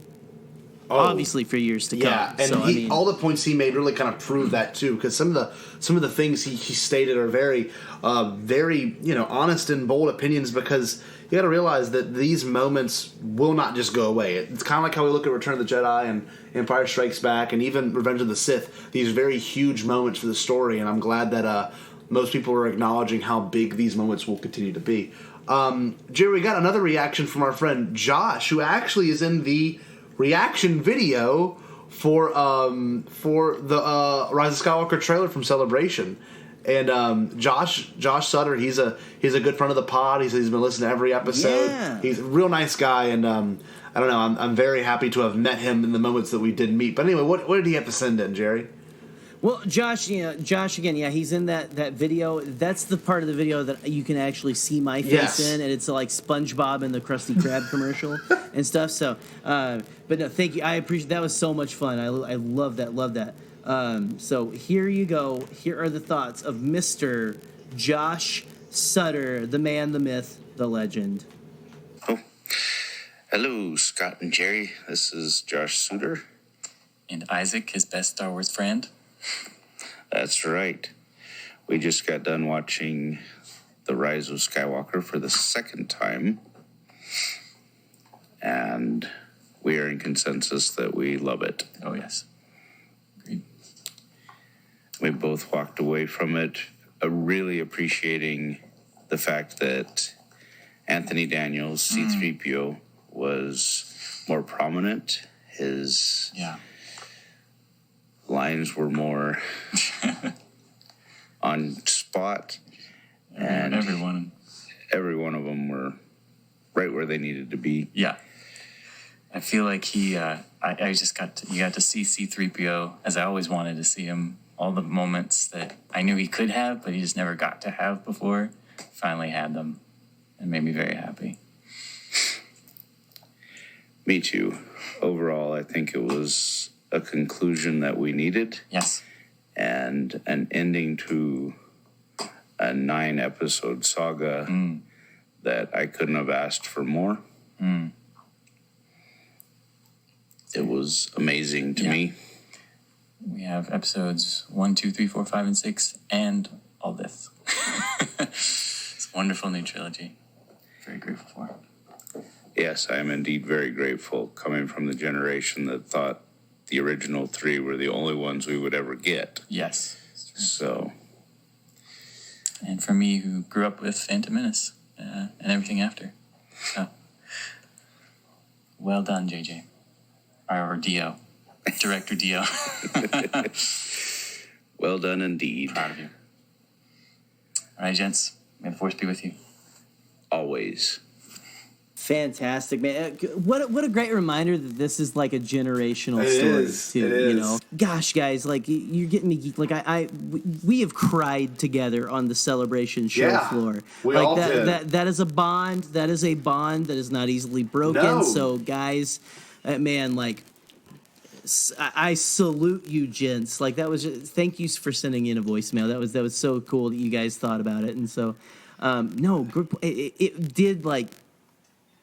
I don't know, like Scotty, you talk because I'm just feeling. I know Eric emotions. has something to say because we didn't even bring it up this whole episode. Yeah, why did we? 3PO is a baller in this movie. Amazing. And Anthony Daniels brings it. Yeah. He gets to play essentially 2 different characters. So good. And that was one of the big things we were like, oh, what are they gonna do? The 3PO, is he gonna like his memory like something about Vader? Blah blah blah blah. We didn't no idea what it was gonna be. But honestly, I kind of love the version that they gave us because he got to be like old school 3PO, like kind of a joke, like being like, well, we need I think Poe says something like, you speak like a bajillion languages, but the one time when you speak, you can't do it. It's against his code. It gets to be a joke. Yeah. And then he gets to do the Sith thing.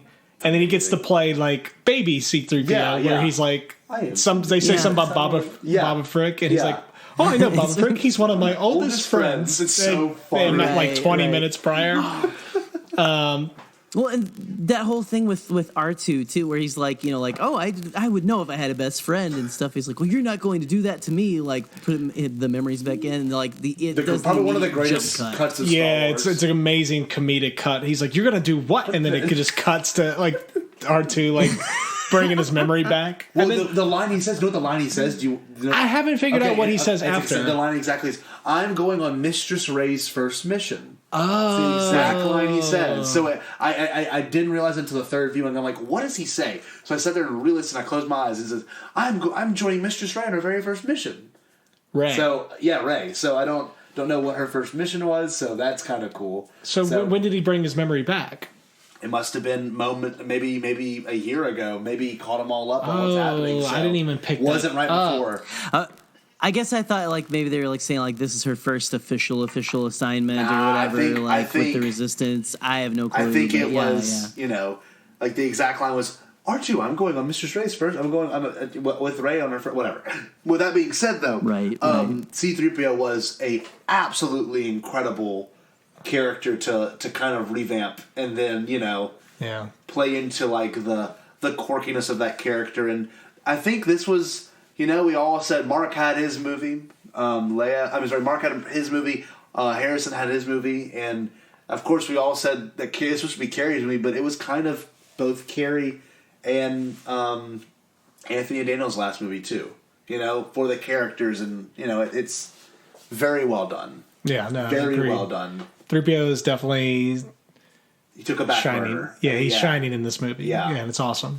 Absolutely. So good. And our very last voicemail is actually from my best friend Chase, who listened to the podcast a couple of times, but Chase is super casual, sees the movies when they come out, usually sees them on opening night with me. He lives in Seattle, so he's missed a couple of them recently, but he came and we saw Solo together like 2 nights after it came out, and then we saw this together the night it came out, and Chase is gonna try to. He says if we have a panel, Jerry, which we're gonna get on that. If we have a panel, Chase said he will buy a ticket and buy a day pass to go see it. So with that being said, I know that's awesome. So with that being said, I'm gonna play his reaction to the movie, and he's super casual now. This is like the kind of person that sees them once.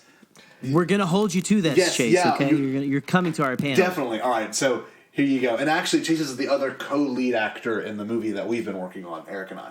So let's see. All right, here we go. As a casual fan, it felt like this is my favorite Star Wars film. It felt like it was just an amazing cap to the series and had the most action of any of Disney's Star Wars. I also felt like it was a reunion of the Star Wars characters. And I also enjoyed seeing the other side of Ben and Rey's relationship. It's also crazy to realize the absolute power that Emperor Palpatine has in the Force, and it's pretty clear that Rey has got that power as well. And you have that power too. It's kind of cool. It makes that line a little bit different, nice. Yeah. That trailer line. But loved it, Chase. Brings up a good point. He kind of summarizes that he likes it most of all the Disney movies, and I think it's a lot of people leaving. My mom had that reaction too. She said this is the best one they've put out. That Disney Lucasfilm has put out, since the acquisition. And I think all the casual fans that have seen it, I think are really coming out saying that. That's why the fan review... my dad said something like that. Yeah, the fan review has been amazing for this. The critic review not so much, but it's... I think the diehards have something to say, but I think the casual fan, the people that will pass this movie down to generations, they are... Yeah, that's the thing. This movie is not dull. No, it's not. Like, the reason people dislike it is not that it's not exciting and stuff. It's just decisions and executions and... different directors and stuff. That's what it comes down to. That's the stuff. Nitpicks, right? Yeah, that's the stuff the hardcores get into. And But no, like the casual moviegoer, like this was an exciting, non-dull movie, and like the pace is probably the best for that fan. Yes, yeah, yes, because it is a ride. It really is a ride, and it's a good ride. 100%. Just like on the surface, like it is a fun, good ride. So, that makes sense. Yeah, it's a great point to be made because we tend to get caught up in our own little world, like our own little Twitterverse or Facebook, Reddit, all of it. We all get so caught up in it in our own communities, but you got to think this is not just made for Star Wars. I think if less, 5% of the people that go see this movie are the nut jobs like us. Honestly, I mean 10% maybe at most. Yeah, and then the people that casually go see it, who aren't reading the comics or the books or watch YouTube videos or even listen to this podcast, are the ones that this movie is also made for. So, like, with that... You better be listening to this podcast. No. But with that being said, like, I love that we had the whole spectrum, you know? We got Josh, who's a super fan. We got Chase, who is super casual. And just how he is as a person, too. He loves talking about the movies. Nothing wrong with casual, man. I dig casual. Exactly. Casual is like that's my life motto. Yeah. Okay. Everything casual. Fly casual. Yeah, fly casual. Yeah. But I don't know. Fly casual. With that being said, let's kind of close this up. I want to say I really enjoyed talking about this with y'all because this was something that needed to be said, and the points that are made, hopefully it might change a deterrer's point of view just by listening to it, because... Yeah, I definitely think y'all should do a revisit of this when the home release is out. Yes, totally. If you want me around, I'll gladly come and do it. There we go. But yeah, I think Eric, you're always like a force ghost in the background of this podcast anyway. All right, man. Like you fade into the background, but unlike Ben Solo, you actually show up. Hey, I'm down with it. Yeah, I think that's going to be a big deciding factor on how you feel in general about this. And then, in 15 years when Jerry's kid and their generation grows up and how they feel about this whole thing. Yeah, it's true. And that's a big thing. And especially with what's coming too for the content-wise. Like, I know we got Mando wrapping up next week, but like, think the rest of what we're going to see out of maybe these characters might even be through a streaming service episode or even a one-off show that they might have. Yeah, so. One little quick tidbit I have is that Kathy and Bob Iger both had some interesting things to say. Bring it up. So we can so Kathleen Kennedy's little quip she had, somebody asked her something about... On the carpet. Yeah. I think it was... it was Andy Gutierrez with Star Wars Show, was asking her, how does it feel to be closing the Skywalker saga? And she's like, well... We may be closing the Skywalker story, but that doesn't mean that a Skywalker couldn't reappear at some point or another. That was her wording. Maybe not exactly, but the big verb was reappear. And I was just like, bruh. Yeah. That means we're going to get something. Yes. I don't know if that means, I don't know what that means. And that's head honcho. Ben Solo talking to Baby Yoda, something. Well, I think they dropped the ball a while ago when she said that they wanted to do more movies with Rey and stuff like that. I don't know. These characters, Right. Movies. That's what they said. When you continue that, right. Well, and John Boyega saying, you're not going to Disney Plus me. I think that was just like a lighthearted... I think so too. Which if they back the Brinks truck up for anybody, not that they're like all about the money, but like, I mean, come on, you're gonna do it. That was interesting. This one may not so much have to do with the Skywalker saga, but somebody was asking, I think it was Variety, was asking Bob Iger about. Kathy said that there might be no more trilogies for Star Wars. How do you feel about that? And he's like, well, I don't know about that. That's how he started like the rest of his sentence. He's like, we've talked about doing like a movie and, trilogies are tough. So maybe we'll do a movie and try to do a sequel, but you never know. So they have plans for Star Wars movies. They've kind of confirmed that the next one is 2022. And in the same interview, this is something I have not told you to this moment. Bob Iger says, our next release is slated for the next couple of years. And he goes, and the next one's really important. Ooh. And like, that could be so many things. That could be like, we're setting the tone for what the rest of the Star Wars universe is going to look like cinematically. But I think in interviews, haven't they also mentioned like, how do we tell a story of Star Wars without using the tropes of Star Wars? And that was the big thing has been discussed as well. Yeah. How do we talk about Star Wars without saying Star Wars? How can you identify that this is a Star Wars film without having a TIE fighter or an X-Wing or a blaster? Yeah, exactly. That's awesome. So, but I think they're finally getting their footing down on how to appease so many different kind of fans. There's so much content out there. Celebration's going to be wild in that 9 months. I can't even believe we're going to be getting some Mandalorian season 2. We might get an Obi-Wan teaser. We might get some sort of announcement with Diego Luna's show. We might get some sort of announcement with the films going forward. Yeah. And I'm sure there's other shows and video games and in the early stages of figuring that stuff out. Right. So, it's exciting. And unlike 2005, this is not the end. I don't feel empty. No. So, even if I don't 100% love this movie, I just love the fact that I love Star Wars. And that there was like a good 7 years of my life where I just kind of pretended like it was over. Yeah. My fandom is done. Right. Yep. Now it's a nostalgic thing when I go back. It's not an ever continual thing for me. And that's kind of how we grew up. Like you had like a thing and you liked it and then you were done. Like Beyblades. I liked it. And it was over. Pokemon.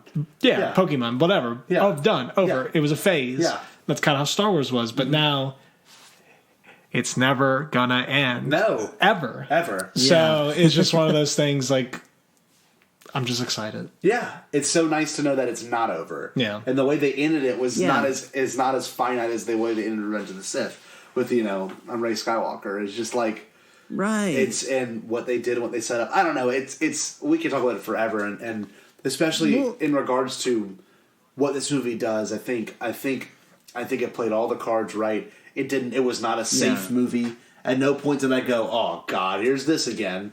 No point did I think that. So it learned from what Ryan did, and it also played into what JJ did. It was the combination of both the feelings of new and old. It was so well done.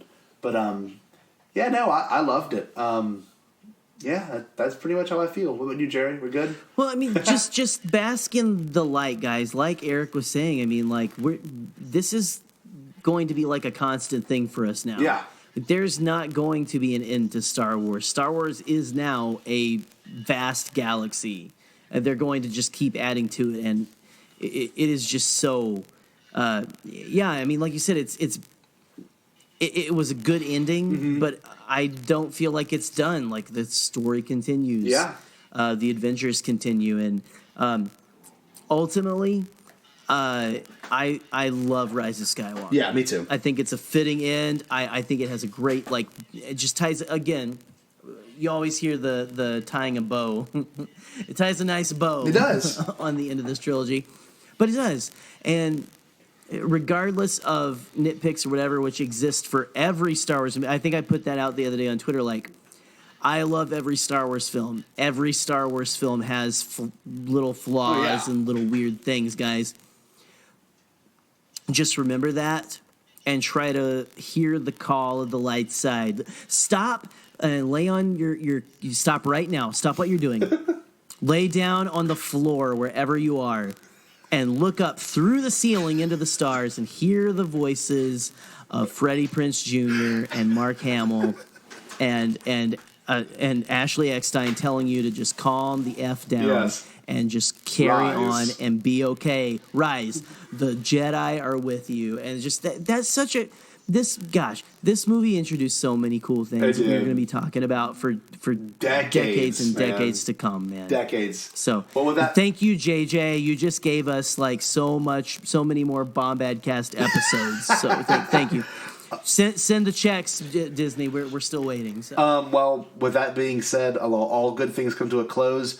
Both Skywalker Saga and even Season 1 of Mando. So next week, we got to plug it. Next week, we have my cousin Troy back on to talk about The Mandalorian Season 1 and what they did with it. And I'm not going to lie, there was some pretty wild things that happened in the most recent one. Don't want to spoil it for any of our other viewers, but if you want to avoid Mando spoilers, our next episode, and our final episode for the year, before we take a little bit of a break, 2 or 3 week break, will be about The Mandalorian and our review of The Mandalorian, but with my cousin Troy. So Elder Puck 27, stay tuned for that. But Anyway, Eric, so excited to have Troy back. Oh, it's going to be awesome. Since July, it's been that long. But Eric, where can the wonderful Bombad fam continue to find you besides being on this podcast every now and then?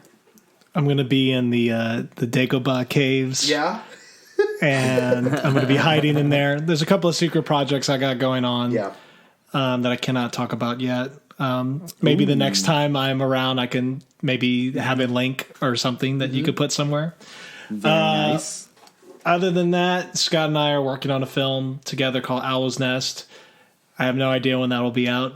Yeah, we don't know. We've still got some stuff to plan out. Actually, I'm dying soon to see it myself because I've seen stuff, guys. I've screenshotted. Yeah. Jerry's in on the scoops. He's Well, I am. I'm the scooper. I'm the scooper of the Bombadcast and stuff. So yeah, dude. I mean, you might see it before me. I have no idea when this thing will be done. Yeah. But movies or short films or whatever. Yeah. They take some time, but yeah. But other than that, I'm hiding. Yeah, he's in the shadows, and maybe we'll have Eric on more often. Oh, that would be cool. Than he wants to, But with that being said, I'm super excited to see the discussions that come from this episode and the episodes that are in the future. But with that being said, Jerry, tell us the story of you. Where can we find you? you can. Sorry, I just got distracted by something in the forest. Yeah. Something in the forest must have been a tremor in the forest that hurt you. It was a trip. I felt thousands of voices suddenly cry out, and no, I won't say what they were crying out. Would you ask me? Where can you find me? Did you already say where they can find you? Where can we plug and find you? I am so derailed. No, you guys can find me. I am Jerry the Canon Junkie on Twitter at The Canon Junkie. That is the @ symbol, The Canon Junkie, all one word. You can follow us at Bombadcast on Twitter. You can send us voicemails and lovely things of that nature at thebombadcast@gmail.com.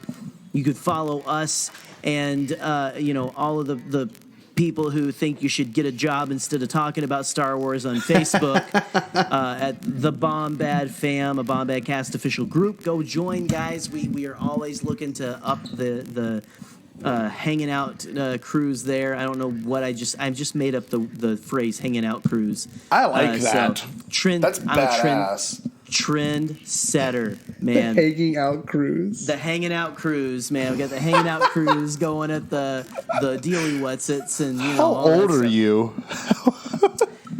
I feel like I'm 542 right now.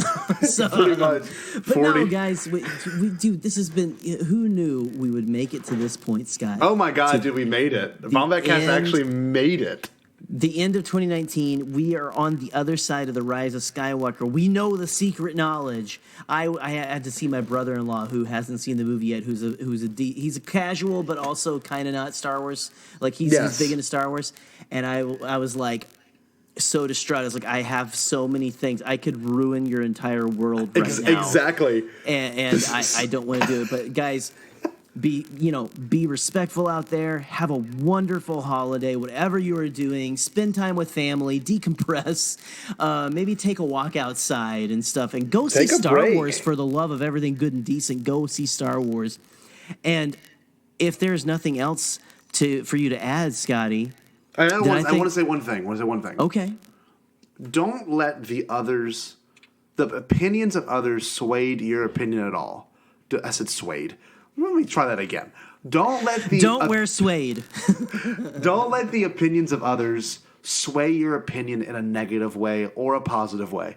However you leave this film, take what you may, okay? If you didn't like it the first time, honestly, I liked it the first time. I thought it was great the first time I saw it, but I didn't get it. I left feeling a little empty. I'm like, well, this wasn't what I needed, but maybe it is. Saw it a second time. Okay, I understand it now. It makes a lot more sense. I reflected on it all of Friday. I saw it Thursday night, reflected on all of Friday, and thought, okay, I love what they did with certain things. Other things, let's look out for. Second viewing, great. I'm like, okay, I really like what they did now.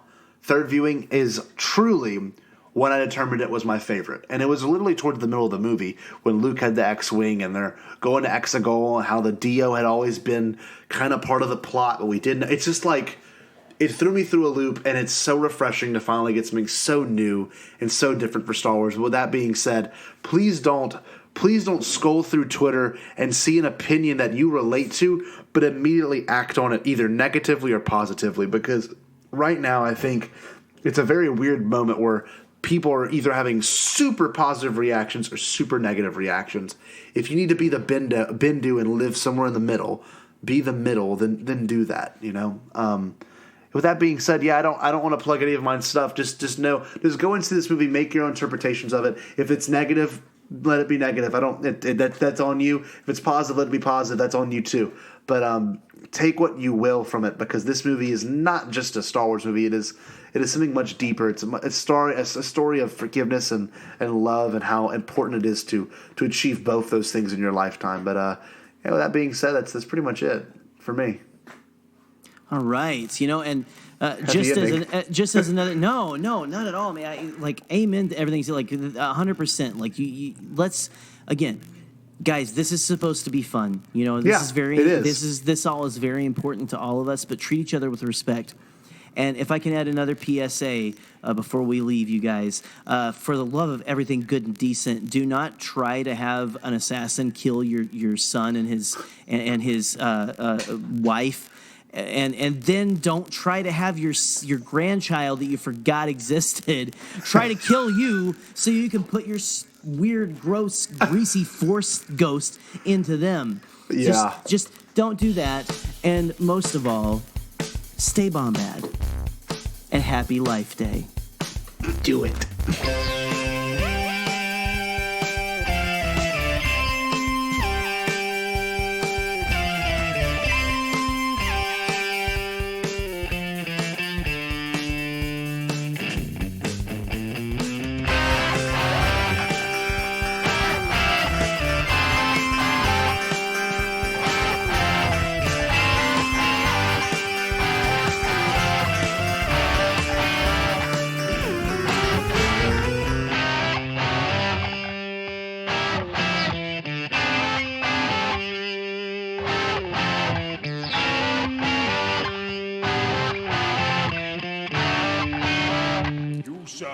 All